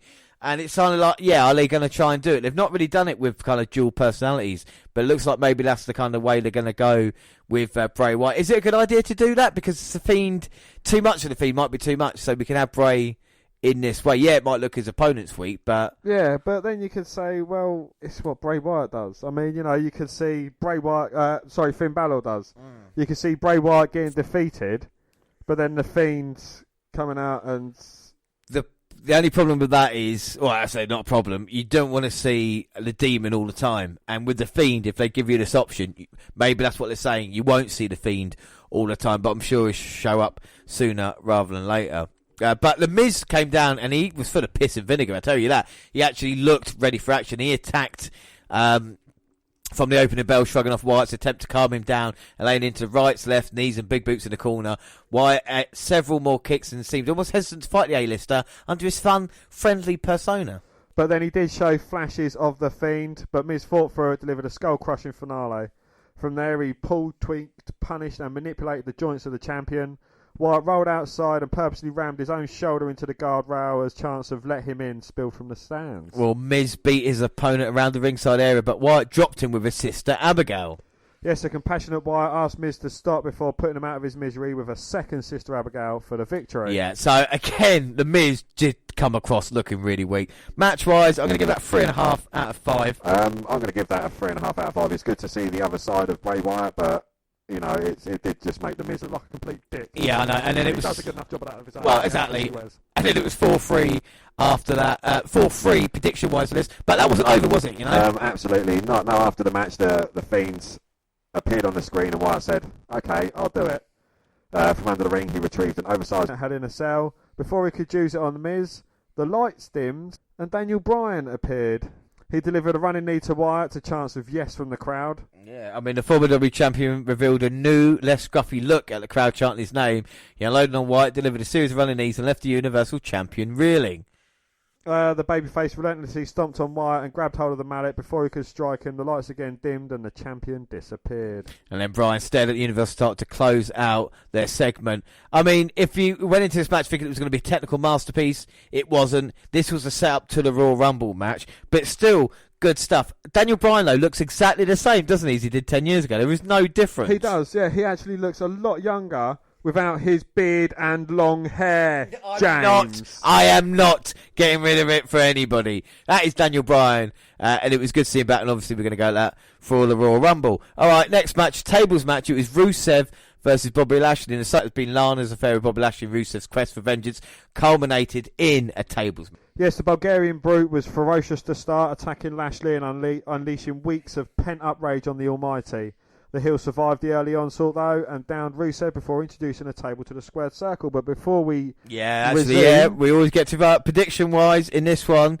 I have gone for Rusev Massacre. Rusev Hakaka. I have gone 2 for Rusev to crash. Well, Lashley worked the ribs of his opponent as Samoa Joe discussed the weighted tone that played the heel's attempt to win the match. We've seen it so many times in WWE.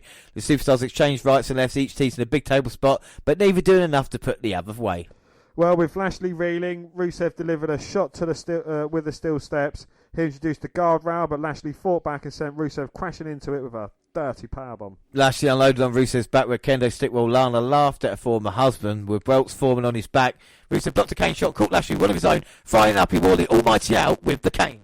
Well, Lana jumped on the babyface's back and Lashley capitalises, badly botching a spear through one table before tossing him with an overhead suplex for another for the victory. Yeah, I mean, the effort was there, but, Rusev and Lashley did not deliver. The storyline itself's a mess, and the match actually turned out to be a bit of a mess as well. I'm going to give that a 3 out of 5. Yeah, I agree with you. I'm 3, and it doesn't even deserve that, to be honest. No matter, and it means 4-3 in prediction points still. So with our last match, the main event, the TLC match for the Women's Championship, it could be all on the line. Dan, who have you gone for in this match? Well, I'm guaranteed a point anyway, but I have gone for the Bukkake Warriors. And I too have gone Bukkake Warriors, which means you win the pay-per-view, and it goes... I win the last pay-per-view of the year. Did I win Rumble as well, the first? No, I smashed it, Rumble. You've won the last 4, though, so credit to you. You've caught up. It's 9-8 overall in ratings. But what about the match itself? Well, the united front of the Women's Tag Team Champions, the Bukkake Warriors, forced friends turned enemies turned friends again, I suppose. Charlotte Flair and Becky Lynch to set aside their differences in the pursuit of revenge, finality, and gold. Well, the challengers took the fight to the champions, avenging weeks of torment and frustrations at the hand of Asuka and Kairi Sane. Well, the Empress of Tomorrow cut off the babyface's onslaught, but soon found herself sent face first into the ring post. Sane's attempt to send chairs raining into the ring failed miserably, leading to Flair and Lynch chasing her under the ring. Well, it backfired as the Hills teamed up to drop Lynch headfirst onto steel chairs. From there, they placed the Queen in a desk chair and trapped her with a kendo stick. From there, they wore her out with kicks before dumping her over. Well, the champions tied Lynch to a ladder with a cargo rope, essentially eliminating her from the bout. Then they scaled the ladder looking to retrieve their prize, but Flair re-emerged and unloaded with a kendo stick shots. Asuka and Sane recovered and beat the Queen down at ringside and sent her into the steel steps. But the Pirate Princess tried for the insane elbow, but caught the knees of Lynch, who fought through the ropes. She joined Flair in a major ass-kicking of the Hills in a spirited comeback. Well, Lynch threw caution to the wind, dropping a leg from the middle rope onto Asuka and threw a table at ringside.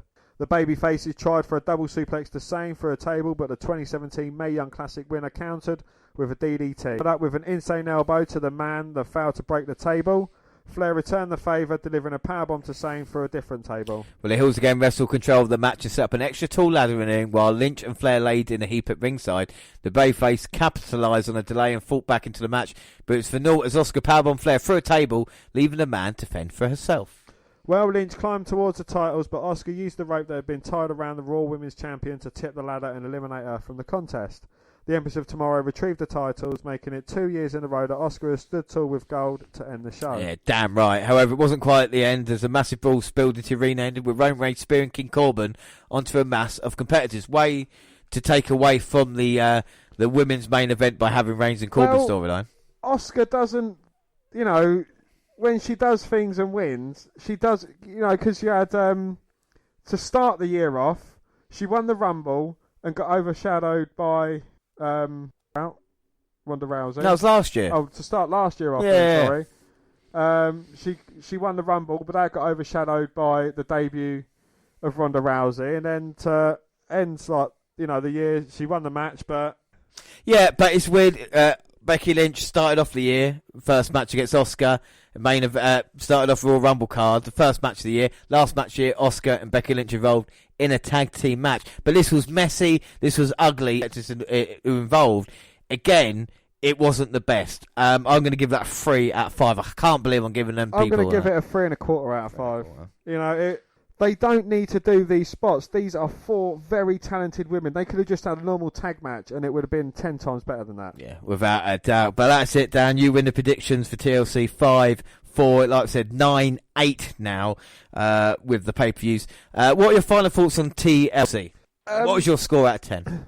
Out of 10, I'm going to give it a 7.5. There was a few good moments, but I think, it's the kind of problem with WWE. They're focusing on the Lashley-Rusev story. They're focusing on the Corbin-Reigns story. They need to put them to bed.